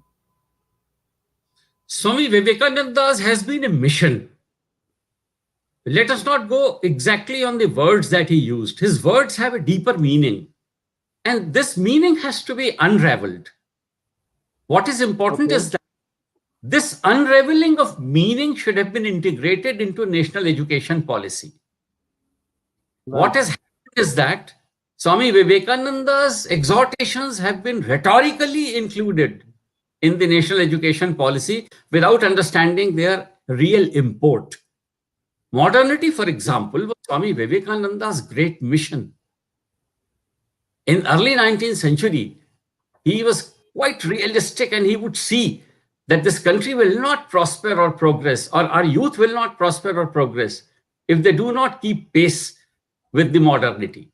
And that modernity has to be related to the traditions that we have imbibed, the heritage that we have imbibed. That essentially, in my understanding, is the great mission of Swami Vivekananda. Now, this education policy is an agglomerate of many modern exhortations without providing the implementation framework and without relating them to the existing heritage framework that we have. So, a quick question to you, Professor. I agree with you that in your critique of the NEP 2019, you are essentially talking about the idealisms that they seek to capture. The basis on which it is done is possibly that they have captured the nuances of interpreting Vivekananda right appropriate for the contemporary times. But then the implementation of it is kind of not really spelled out clearly, and therefore it tends to be an idealistic document. Maybe I should ask Pujya Swami Balabhadranji Maharaj, what's your view on this NEP 2019 document? How should they go about trying to operationalize Vivekananda's vision of character development within the context of what is being idealized as the national education policy? I think Swamiji is not available. I don't know, maybe there's some internet problems. Maybe I should ask this question to Dr. Sri Krishnan and specifically put it a little more deeper. We may not be fully aware of what NEP 2019 is. Professor Ravindra Kumar has been in the world of education, especially distance education, for quite some time, so he understands the nuances of it. But from your viewpoint, how much of the contemporary education that you see around you, right? A lot of youngsters graduate from college and join the company that you are in. A lot of you may have kids who are also going through to school and college. How much of that education really reflects on the Indic and dharmic values that we all want to understand and build our foundations on? But is that there, or is it kind of missing? So I'm going to wear my philosophical glasses and give you the answer, a macro answer. So I think the larger question is, as parents, who do we want our children to grow into? Of course, you don't want them to grow into the Ravans or Duryodhans or Dushasans. That's clear and does not need debate. That's easy. But even within the righteous, there are different shades of character. And if I ask you the question, do you want your child to grow into an Arjuna or a Yudhishthira? Then what would you say? Yeah. So Arjunas are successful, they are practical, perhaps when they are achievers, they will win the corporate rat race. Yeah. More often than not. The Yudhishtiras may not, because they have a more idealistic notion of dharma, at least the Yudhishtiras before the exile, that is not tied to self-advancement. But winners of the rat race, they can also get into corporate frauds. So I'll make a controversial statement just to make this debate or discussion interesting. So there are many corporate frauds committed by CEOs in India, elsewhere. Just Google for the top 5. And if you flash back to their beginnings of their career, right, they started their careers more like Arjunas and less like Yudhishtiras. And over the years, somehow they lost their way in a way that both Arjuna and Yudhishthira did not. So as a parent, right, it's not easy. So the notion of all this is plural, and plural is complex. So finally, at the end of it, each parent to his own. But I'm sure Vivekananda and Paramahamsa Yogananda and Swami Rama and Ramana Maharshi and Ramakrishna Paramahamsa, they can all help us, guide us, arrive at some of these right answers. But that's my view. Okay, so you're kind of caught up in a dilemma. You didn't really answer the question of how much of the contemporary education really embodies any of this Indica dharmic values. But that's okay. Or do you have a view on that? No, well, so there's no theological education today, right? I mean, especially if you look at high school. It's not theology. Dharma is not theology. I think that's very important and critical to understand. One can be having the dharmic spine. Maybe you are in Greenland, you could be in Switzerland, you could be in South America, you could be somewhere around. Because as long as a human being exists and the human being has a spine and a moral sense, a sense which is little more deeper than what is contemporarily talked about, I think it kind of comes almost or near dharma, and that way it's kind of universal, right? That's why Vivekananda's vision for youth is applicable across the world for all the world youth, not just Indian youth, right? So, yeah, so in that sense, my answer is no, because, so for example, does your education of today teach the importance of healthy dialogue without anger and retribution? Can we today have a debate like what Adi Shankar and Mandan Mishra had? I don't think our educational policy and our syllabus especially helps this. Does the education policy help us to decrease the level of misunderstandings? The misunderstandings are malignant, they spread and seep and they corrode one's mind, they eat into emotions. So is there moral science that is being taught? No. At least during my time, which was 25, 30 years back, we used to have these non-detailed textbooks in 3 languages: English, and I studied in Kerala, Malayalam, and Hindi. And the non-detailed texts would look at, dig into the past, take historical stories, answer rhetorical questions, provide anecdotal evidence, all that. And there was even a subject called moral science that we used to study, not graded, but we still had exams. So none of that exists today. I have a different view on that moral science part of it, because there used to be a lot of agendas getting peddled and things inappropriately kind of queuing into the minds of the young, impressionable children. Uh, Inappropriate because you have so many moral dilemmas that's not touched upon at all. And it's not that you have a black and white thinking that you go about, because reality is always multiple and shades of gray, like Professor Ravindra Kumar would like to possibly acknowledge there, right? Reality around us has different meanings for different people. So now coming back to Swamiji, Swamiji, are you there? Because I think somewhere along the line we are kind of losing out the internet connection. Yeah, Swamiji's come back. Yes. Swamiji, we'd like to hear from you. How does one go about trying to do 2 things? Get the foundations of Vivekananda right, so that you can have this resolution of dharmic sankatas in a simpler, quicker way. And you did give us the 2 answers that you already gave, which is the conviction of the goodness and the ability to be bold. That apart, the question that has popped up in several of the discussions right now has been that the contemporary education turns blind in terms of character building, not just within India, but possibly across the world.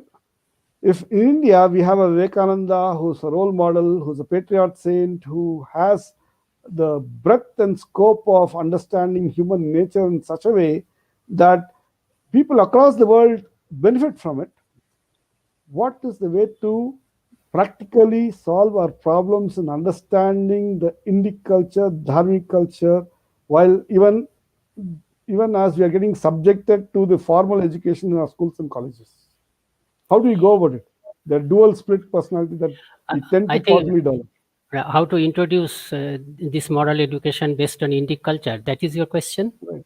Yes. Your In a question simple way, how does one learn as a student or as a youth? How does one learn about dharma? I wouldn't use the word moral, because moral is too limited and too black and white in nature. Okay, just not good and bad. There's something more to it. That how do you? What kind of things that would you like to suggest that people do in addition to going to schools and colleges and coming back? So in our school, I mean, the Swami Vivekananda was suggested in a very simple manner. He said in Bengali, Mahapurushder puja chalate hobe. You just start the worship of great men, which are born in your country and elsewhere. That is a very simple way. That is very simple. But puja means not that you worship. So make them acquainted with their lives and sacrifice, various kinds of. It may be you can take it from mythology. You can take it from our national movement, freedom fighters' life, and very safely you can introduce. You can give them Swamiji's books. Swamiji is acceptable to all, cutting across the barriers of religion and etc. At least this feeling, at least this responsibility, sense of responsibility for the country and a spirit of service to others. This, if we instill them this much, that is a great thing. This much we can do. This much. So, Swamiji, there's a nice question that Somdatta Majumdar has for you. He says, how do you balance this inner and outer lives? Especially now that you spoke about what Swamiji expects us to do in the outer life, how do you balance inner and outer life? How do we do our actions while guarding our inner space and keeping up the spiritual practices, especially when we are busy? So here's the moral and ethical. You see, I wouldn't use the moral and ethical. It's dilemma that can happen. Long back, our Lord Krishna, Sri Krishna has said this. Whatever you do as a worship to Lord. Whatever you do as worship to Lord. And another thing is, in this world, in all the human beings you interact with, you try to see your Ishtodevata, your God. Then everything will be easier. Everything will be easier. A little meditation every day. Go into a corner and sit quietly for a few. For a few minutes, thinking of God. That will provide resilience to your mind, so that you can face the shocks of the day-to-day life. I think these are the things. Be in run for a while, at least a part of your daily routine, some 15 minutes or half an hour, as it is convenient for you, you devote to contemplation. Devote to contemplation, be in run. That will help you a lot to cope with the So challenges of life. here's another challenging question that comes to you, Swamiji. He says you should choose your heart's voice, right? When you have this dharmic dilemmas. What is the difference between heart and mind? How to choose this? What is Heart's voice. mind Who voice? says? I did not say choose your heart's voice. Rather, Vivekananda had kind of put it across, saying that between the intellect and the mind, or intellect and your heart, choose the heart, right? Yes, yes. You do find So the follow the the question here is, how do you figure out what dictate is of the heart. mind voice and heart voice? Heart means love. You can say love. And mind means there is intellect, there is judgment. There is judgment. You will judge. Surely you will judge. Swami Vivekananda says, heart should be controlled. Heart should be controlled by your judgment. But still, he gives more importance to heart. This is the difference. Heart is emotional sometimes, but mind, as it is meant by mind, it is actually intelligence is meant, buddhi is meant. Buddhi is discriminating. This is the difference. Mind, by heart generally we mean mind. Mind is sankalpa vikalpa, that is vacillating. The decisive factor is called buddhi. By mind, I think he means here the chitta stuff, where the element of buddhi is there, as I understand. So I have a question for all the three panelists, and this question is coming from Somadatta Majumdar. How do we handle ourselves around toxic people, right? By And patience. by patience, this is a topic that kind of hits people across the world, not just within India. So the question is one of character building. How does one build the character within oneself such that you can live with the toxic people around you, but you do not get affected by them? So, question, Swamiji, you said patience, but patience means you may Patience and also have to. also be protective. Shield and patience. You need a shield as well as patience. Okay, Dr. Here Krishnan, is a you in Dr. your Mohan. professional world, what do you do? Or Professor Subject. Ravindra Kumar, I think Professor Ravindra Kumar has something there. He is so Uh, I believe that people are not toxic. Toxicity okay. and people are two different entities. Okay. Sometimes they mingle with each other, but more often than not, people and toxicity are very, very separated existence. They have very separated existence. So when somebody has to deal with toxic people, it is not that somebody has to deal with toxic, somebody has to actually deal with toxicity. So Right. toxicity to be very clearly understood in the people. And once you are able to do that, it will not be very difficult. I'm not saying it is very easy, but it will not be very difficult to wean away that toxicity. Weaning away that toxicity is a great thing that as a human being you can always do. Yes, Patience and that's love. what. Yeah. So Vedanta essentially says that nobody is condemned for life. That's what Patience. Vivekananda said, Love, right? love should be there. Patience Yes. will come from love. Love only. Right.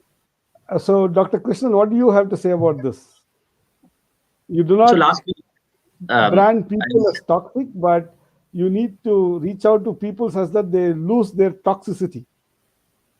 So, what do you say? How do you so, go about it? so last week I was watching this cricket match, T20 match series in Australia, and there's this pace bowler T Natarajan from Tamil Nadu who made his debut in this T20 series.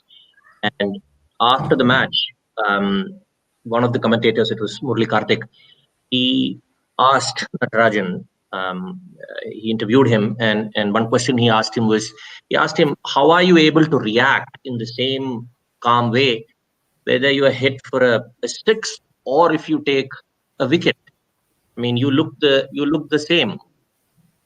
So, and this conversation was in Tamil because the cricketer is not well versed in English. And the English version of what he said was, I just cannot be aggressive. I have been like this since my childhood, is what he's saying. It's that way. So then I was thinking that Vasana, or building that part of his character, must have come from his upbringing, right? The pedigree that he has. And I think Dr. Gopal Pingali also asked a question around that. So I don't claim Indians are better than others, but often you encounter Indians with a more philosophical inclination due to this pedigree. So I think this is probably the people who are able to successfully filter out toxicity and remain unaffected. They have this outlook towards life. I've been like this. It's not aggressive. So all it means is there's a lot of things that we need to learn as part of our own character development. Even though we might not be young, we may still be growing, but we have to be young at heart. Now, here comes a question again from a young lady, Padma Priya Mohan, possibly because she has been talking about education in schools and colleges a lot. Is it possible to have value education in schools and colleges countrywide? Why not worldwide? Implemented well without the risk of dilution or misinterpretation. Professor Ravindra Kumar, what do you have to say? I was anticipating this question, and it is interesting. You have been asking this question in many other forms. You have been asking this question whether Indic values are integral to our education system or not. And then this question, how do we dilute it or not? My take is slightly different. If I recall the earlier days of my education, I distinctly remember the value education and moral education, ethics primarily, were integrated into our learning, and especially language learning. And I still recall several stories where this question was very subtly handled without being very direct at it. There were examples, there were practical examples. And as a student, they left, I recall my own days, these stories left a very deep mark on my heart. Sometimes I wonder, where have these stories all gone? And that is why I start being a little critical of the education policy makers. The primary dilemma in our education system is between modernity and Indic values. And unfortunately, the two are considered by our education planners as contradictory to each other, not complementary to each other. That is one big dilemma. As I see the education policy, not only this education policy, but even the earlier education policy. Whereas the fact of the matter is that there is no dilemma between. I consider both Swami Vivekananda and Mahatma Gandhi as postmodern people. They are postmodern in many senses. They look beyond their centuries, they look beyond their time, and they gave a message that is an immortal message. It has a pristine value for all times to come. Now, how do we integrate that into our education system is the primary question. And I have a very small suggestion. And this suggestion is very controversial, but nevertheless, I would use this platform to make this suggestion. Is it not unfortunate that all this conversation that we have had so far is in a language that is not our own? It is not my language. Exactly. I have not been brought up to, when I was born, I was not taught English. When I was a child, I was not taught English. In my household, the conversation is not in English. Yet I have to express myself in a language which is not my own. So morality, ethics, Indic values, they are best represented in your own languages. And why do we, that is why, if you remember, Dr. Mohan, I asked you this question, will I be allowed to speak in a language other than English? I think the language of the heart spreads across the world, because today you are speaking in English, I am talking to you in English, but then there are so many youth across the world who may not know English, but who would like to get into the nitty-gritty details of what you just now expressed, because that which is called as values, that which is called as Indic values, or rather universal Indic values, if I may kind of put so, because that's what Vishwaguru Bharata is all supposed to be. This is something that every youth wants across the world. So the lady wanted to say, why just countrywide? And the question that she asked is, without the risk of dilution or misinterpretation, I really want to know, where is that question of dilution coming about? Or is it because people are incompetent in not knowing what character development is, or misinterpreted because they have some agendas to peddle? Therefore, they get into all kinds of ideological aberrations that may not actually go in with the universality of values for human beings across the world. So what you said is very true. Language, we have to be in our blood. What is there in our blood has to be brought out, and that's what helps us in our dharmic thinking. Actually, universal values are multicultural in nature. They are not monocultural. Right. You must appreciate that we are a multicultural society. We are a nation of multicultures. So the question of dilution arises only when we privilege one culture over the other. Otherwise, truth, for example, is universal. It's whichever religion, whichever language you speak about, truth is truth. Help is help. I just want in to whichever kind of language. put a footnote there. We don't talk about religion at all. Dharma is not religion. That's my take. Yes, Continue. Dharma is not I religion. But the problem is that either I say dharma or I say, and if I'm using a language called English, then I have to, there is no, for example, Vasudhaiv Kutumbakam has no parallel in English. Just use that as this. Why do you have to translate it in English? Use Vasudhaiva Kutumbakam. Use Dharma. Don't use English approximations at all, because then that dilutes the spirit of the conversation. But and Dharma will carry this. Allows for misinterpretations. It will not carry the same spirit if I explain Dharma in a language which is not my own. You have to live the values. People learn it from how others live, right? So anyway, that's a good point, and I really appreciate it. So Swamiji, you should share your thoughts on this. How do you get this value education across the schools, colleges, and universities across the world? It is possible. It is possible, not the countrywide, but we are doing it. As for example, from Delhi Center, around the year they are doing it. CBSE teachers, they are coming, they are being trained in there, and they go back and they teach value education. So this is possible. In our own way we are doing. So we cannot spread countrywide, but in our limited way we are doing, and that is not so in a very small that's happening. How effective it is, how solid it is, or robust it is still a question mark. Perhaps the jury's out, but it's being put. Efforts are being put. That's very nice to hear. I have only one point to say, and this is a comment that has come from a viewer by name Gopal Pingali. He says, heroes have a spirit of obedience and service. And that's, service is a great message. Heroes having a spirit of obedience and service is a great message. I think one of you have mentioned that. We need to inculcate this in our children. So how do we go about doing this? That's the question I have, because he made an observation. I want to build up on that.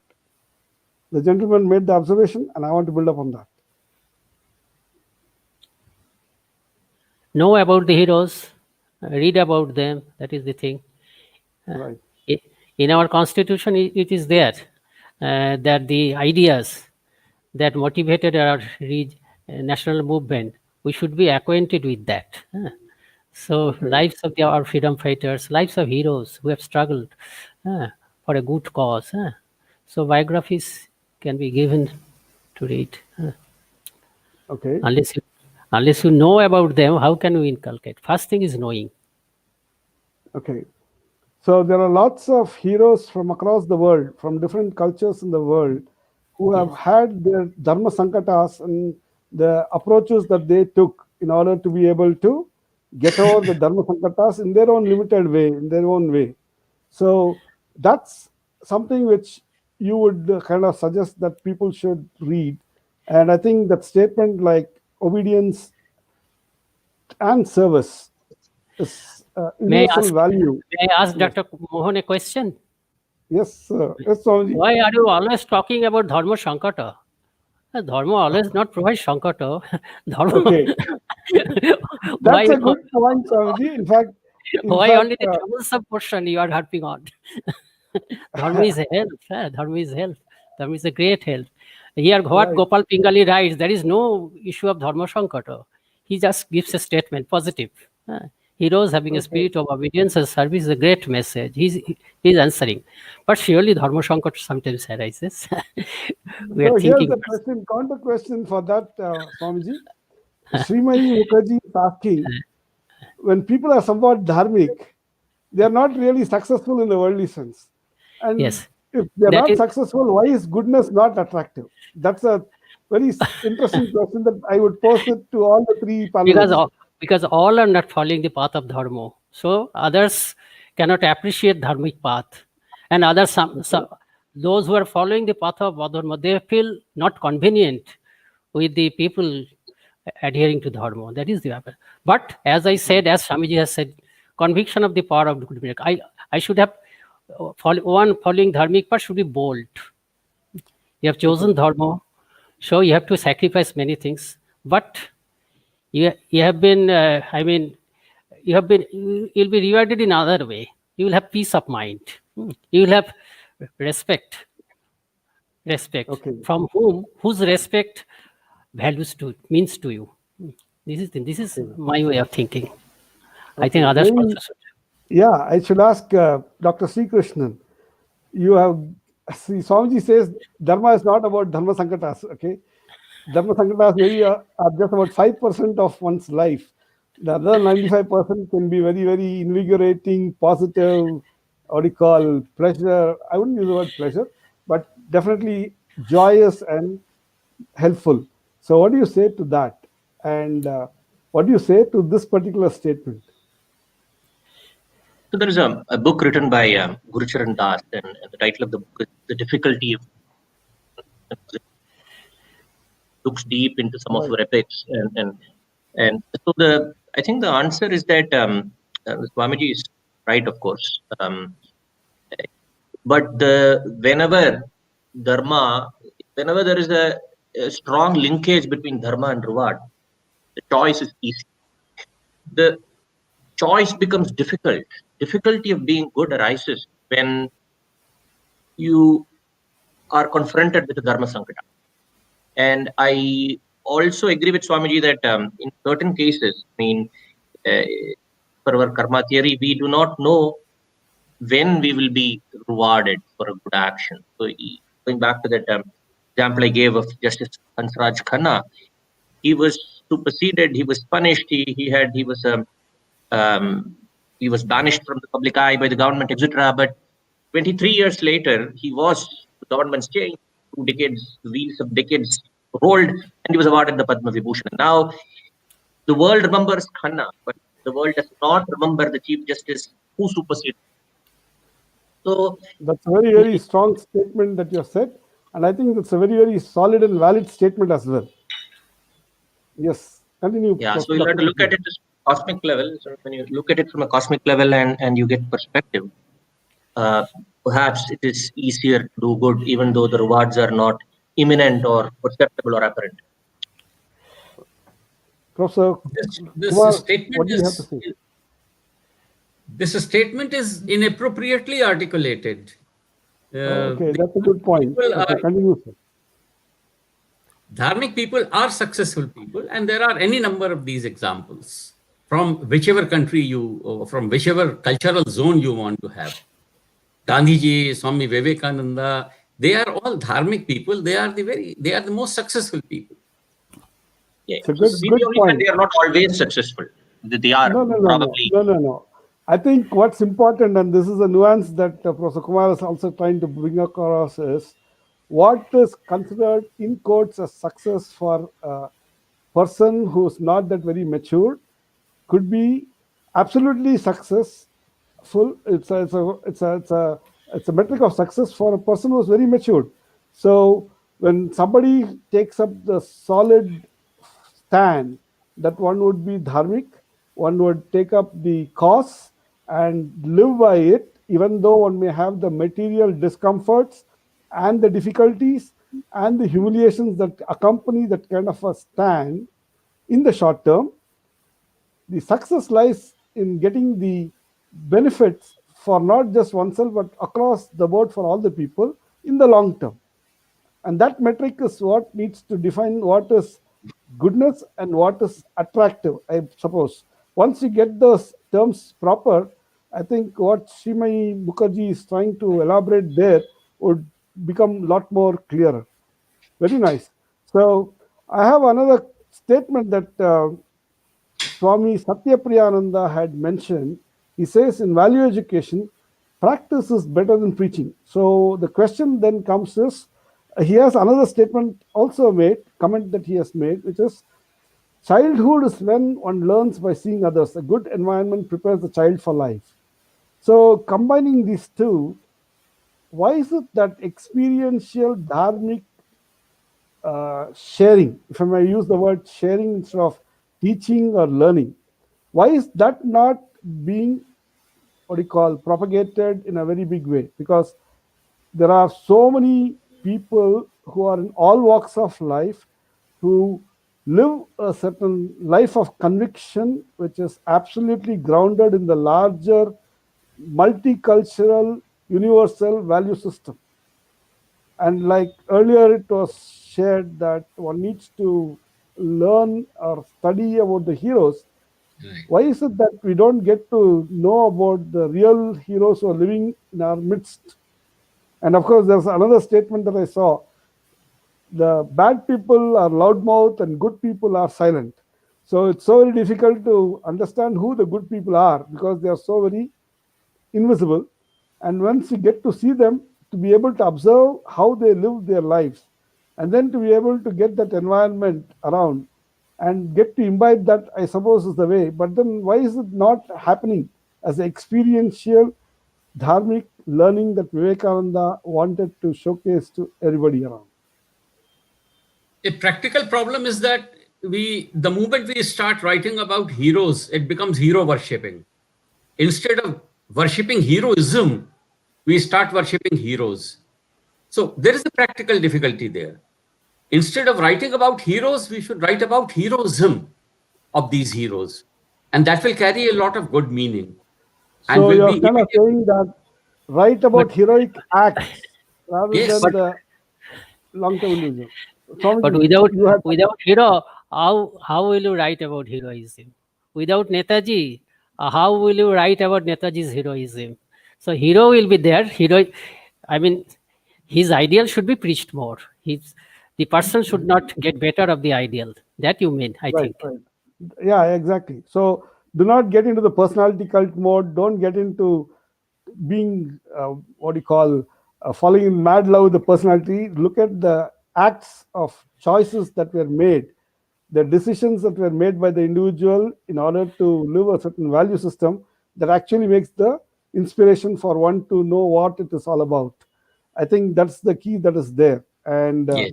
that's what prepares one for character building right from childhood. And I think that's a very interesting statement that Swamiji says. So I should ask Sri Krishnan here. Childhood is when one learns by seeing others. Youth is one when one learns seeing others in corporate environment as well, I suppose. How do you mentor youngsters in your company, and what do you do to ensure that they all get into the same master inventor level of capability and competence, if I may kind of ask? What are those character building traits that you'd like to nurture in them such that it really comes out strong? I think I think there is a fine line between mentoring and spoon feeding. So as a good mentor, you don't rush and help a person as soon as the person commits a mistake. You Okay. let the person make the mistake, you let him fall, and then if he's not able to get up, then you go and help him get up. So you don't indulge, you nurture, right? Because indulgence will can insulate your proteges from reality, and um, yeah, so that's one thing. So what you're saying is you need to allow the person to make choices, burn their fingers, give the guidance so they get the jnana, the knowledge as to what Yeah, is that contextual decision making that one has, and that is what makes for a robust character development. Yes, even as parents, sometimes we don't give that space. We indulge. We don't allow the space for kids to make mistakes and find their own answers. So we'll have to monitor them. We can't let them slip away. So it is a controlled environment, but allowing people to fall and try to get up on their own and help them if that is not possible. I think that's important. So here's the other question that comes from Mr. Malali Kumar, and he has this question which I kind of think is, how do you create that awareness that you're talking about? Because as a parent, you want to share your thoughts to the children, lead by example, show the nuance of how they should look out for what is and what is not important. How do you bring that up? Because the question is, what is dharma? Dharma is not religion. What is dharma? What is not dharma? Before deciding how to see, he's essentially talking about the act of making the decision of what is right and what is not right. And I don't use the word right in the very, very trivial sense, but what is absolutely solidly dharmic and what is not. So how does one create that awareness there? Because it's something that the parent, the leader, the teacher, the guru has to transmit it to the child, the student, the mentee. I don't know. It's like a relationship, and there's some transfer of something that happens. It's not explicitly 100% articulated, but it's not 100% silent either. So how do you do that awareness spreading? So I am a parent. I have two school-going girls. I cannot claim success, right? I'm still experimenting. Oh, But okay. That's very courageous of you in being so humble in sharing your point of view. Continue. so I have perhaps a few thoughts, again, not proven. So Professor Kumar talked about the importance of Indic languages. So my belief and my theory is that if you can get your kids to speak Indic languages, including your mother tongue, for at least 50% of the time, then Right. dharmic inclinations will flow easier, especially if the family has a pedigree of righteous living. I'm not discounting the importance of being fluent in English. It's important, but not at the exclusion of your mother tongue or Indic languages. So to the extent possible, if not 50%, at least 25% of speak your mother tongue. If not only the mother tongue plus any other Indic languages, at least I think that's a start. And then the other thing, this also ties back into that the question that Swami Priyananda asked around education. And so the other problem is that in this rat race, the frailty, I think it's Shakespeare who said that the frailty of genius is that it needs applause. And in our education system, I mean, we probably have no choice, but it's a percentile system. You got to end up at the top of the pile to get into good colleges and so on and so forth. But the problem is that as a human being, you can even move beyond anger. You can move beyond lust. You can be unaffected by gain and loss, but you cannot let go of the need to get another person's approval. Right. So our education system is perhaps not helping, because every other week there is some exam or the other, and there is a ranking system and whatnot. So how in this context, I'm not sure how NEP, the theory or argument that NEP has, and whether it addresses this, but this is also uh, an answered question, right? For parents, I mean, how do they get this message also across? So As a yes, teacher, Professor Kumar. I would recommend, as a teacher, I would recommend that our students should be trained in the art of distillation. Many a Right. time I've noted that they read many things, they can, and all of that is rote learning. They can reproduce everything, but they are not able to distill the essential idea of what they have read. And that is a very important skill that is lacking in our students. And unfortunately, we are not addressing this critical issue.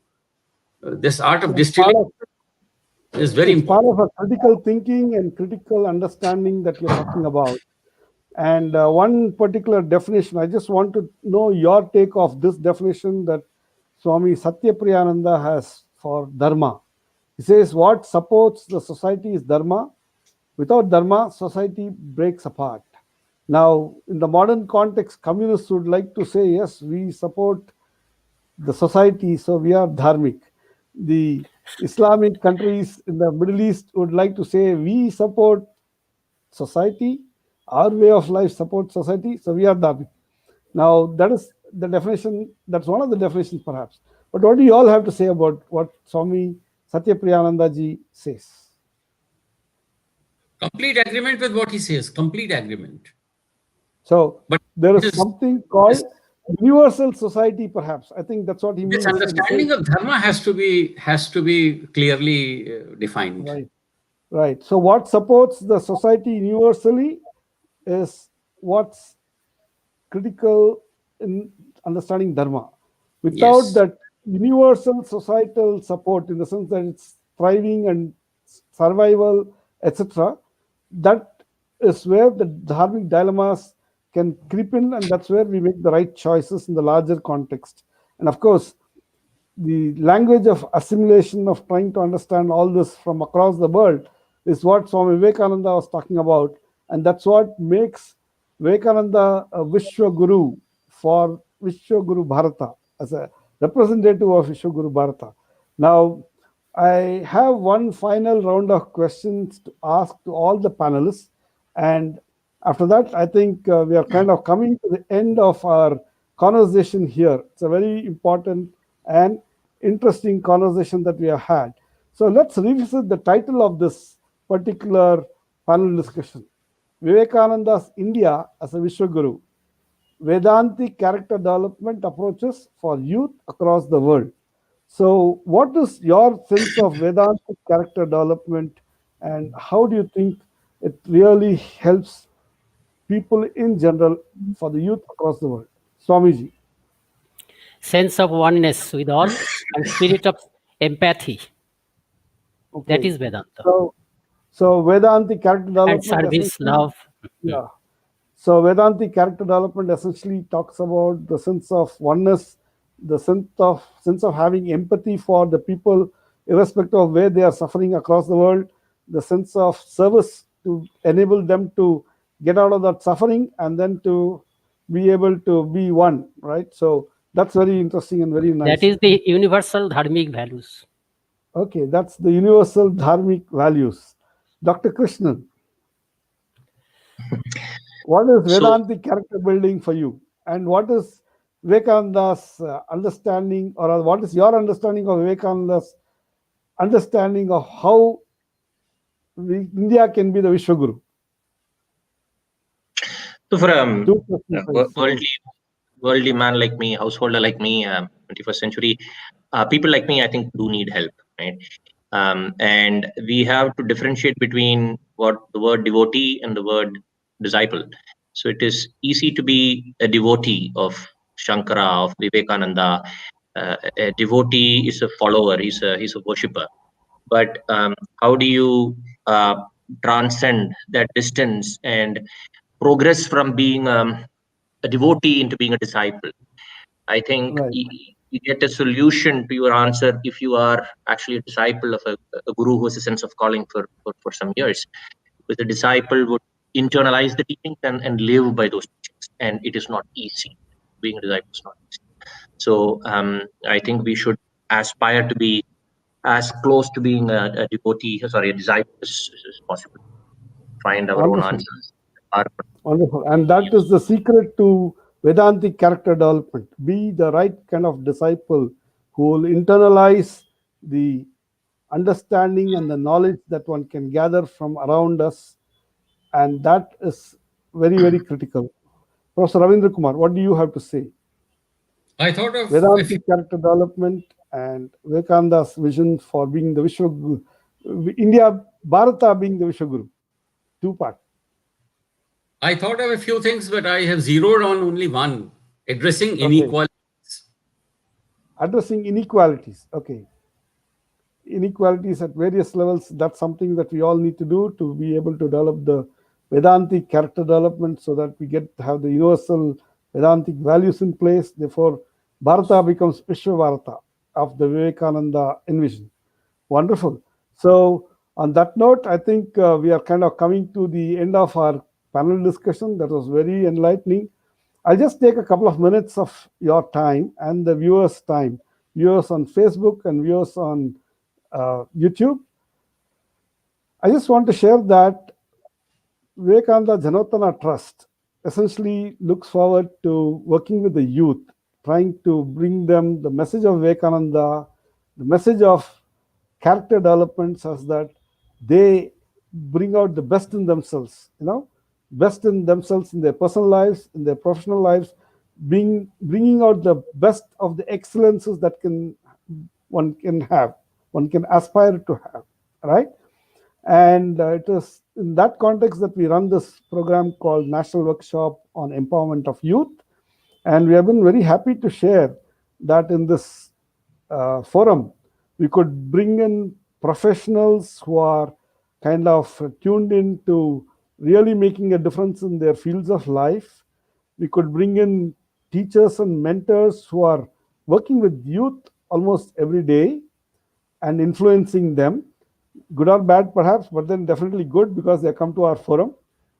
We have brought in Adhyatma practitioners, and that's where Swamiji's and more so from the Ramakrishna order are here. It is essentially a forum to share experiences, insights, learnings, and to ask all the right questions so that one can really benefit asking questions about life, how to live it a lot more effectively, lot more efficiently, lot more meaningfully, right? And it is in this context that we have, for the first time, I think the pandemic has a very negative effect in terrorizing all of us, but then it also had this, I wouldn't say unfortunate, but positive effect of getting us on to the net. The technology has been there, and we are very lucky to have this technology around here right now, because 100 years back there was a big pandemic, the Spanish flu pandemic. People didn't have the net, and they're all kind of confined to their little quarters, and they kind of suffered it through for 3-4 years at a stretch. At least we are able to come over onto the net, and more importantly, expand our canvas of interaction from not just being in the neighborhood of or the presence of the people, but across the world. In fact, here we have Dr. Krishnan from Bengaluru, Professor Ravindra Kumar from Delhi, Srimat Swami Balabhadranji Maharaj from Calcutta, talking to you all, perhaps across the world. And the other interesting thing about this digital age is that these conversations are kind of recorded, so we can look it up when it's important and learn. The secret of Vedantic character development is learning and assimilation, I suppose. And what's very important is to get this message across. So we have this program spread over 7 days this time. Today is the first day. I'm very thankful to each one of you for having taken time off your busy schedules. Puja Swamiji has taken time off his busy schedule. I know what kind of pressures he has been through in the past few days, and he has come and spent a couple of hours here. I would like to thank Professor Ravindra Kumar for having taken off and shared his thoughts on what this knowledge, in the sense, the notion of knowledge and how it actually influences character development, and how that kind of ties into Vivekananda's vision for what youth should know is. And I'd like to thank Dr. Sri Krishnan Venkateshwaran for bringing in that professional's point of view on what it means to battle it out in the world of understanding dharma and living the dharmic values. So on that note, let me say namaste to all of you. We have a small tradition in this Vivekananda Janotana Trust of kind of doing a jaikara. It goes something like this. It's maybe Maharaj can lead us here. Puja Swamiji, could you please share, lead us in the jaikara, and then we'll close. Our Jai Guru Maharaj Ji. Yes. जय श्री गुरु महाराज जी की जय, जय महामाई की जय, जय स्वामी जी महाराज जी की जय, जय गंगा माई की jai. You have to think that you have come to Belur Math. So I am Oh, offering thank joy you. to Ganga. No. I think I really appreciate the Ganga Mai ki Jai part because in the flow of the river of knowledge, and Ganga Mai has an interpretation of that as well. We are all wanting to kind of dip ourselves and possibly drown ourselves in, but then survive and thrive in it. So, on a very, very positive note, I'd like to say, uh, Jai Hind, Bharat Jai Mata ki Jai, Bharat Vande Mata ki Mataram. jai. Thank Vande you. Mataram. Thank you Welcome, so much. welcome, Thank you all. welcome. Thank you all, Thank you all. viewers. Please join us tomorrow at 5 p.m. and we'll have a very, very interesting session.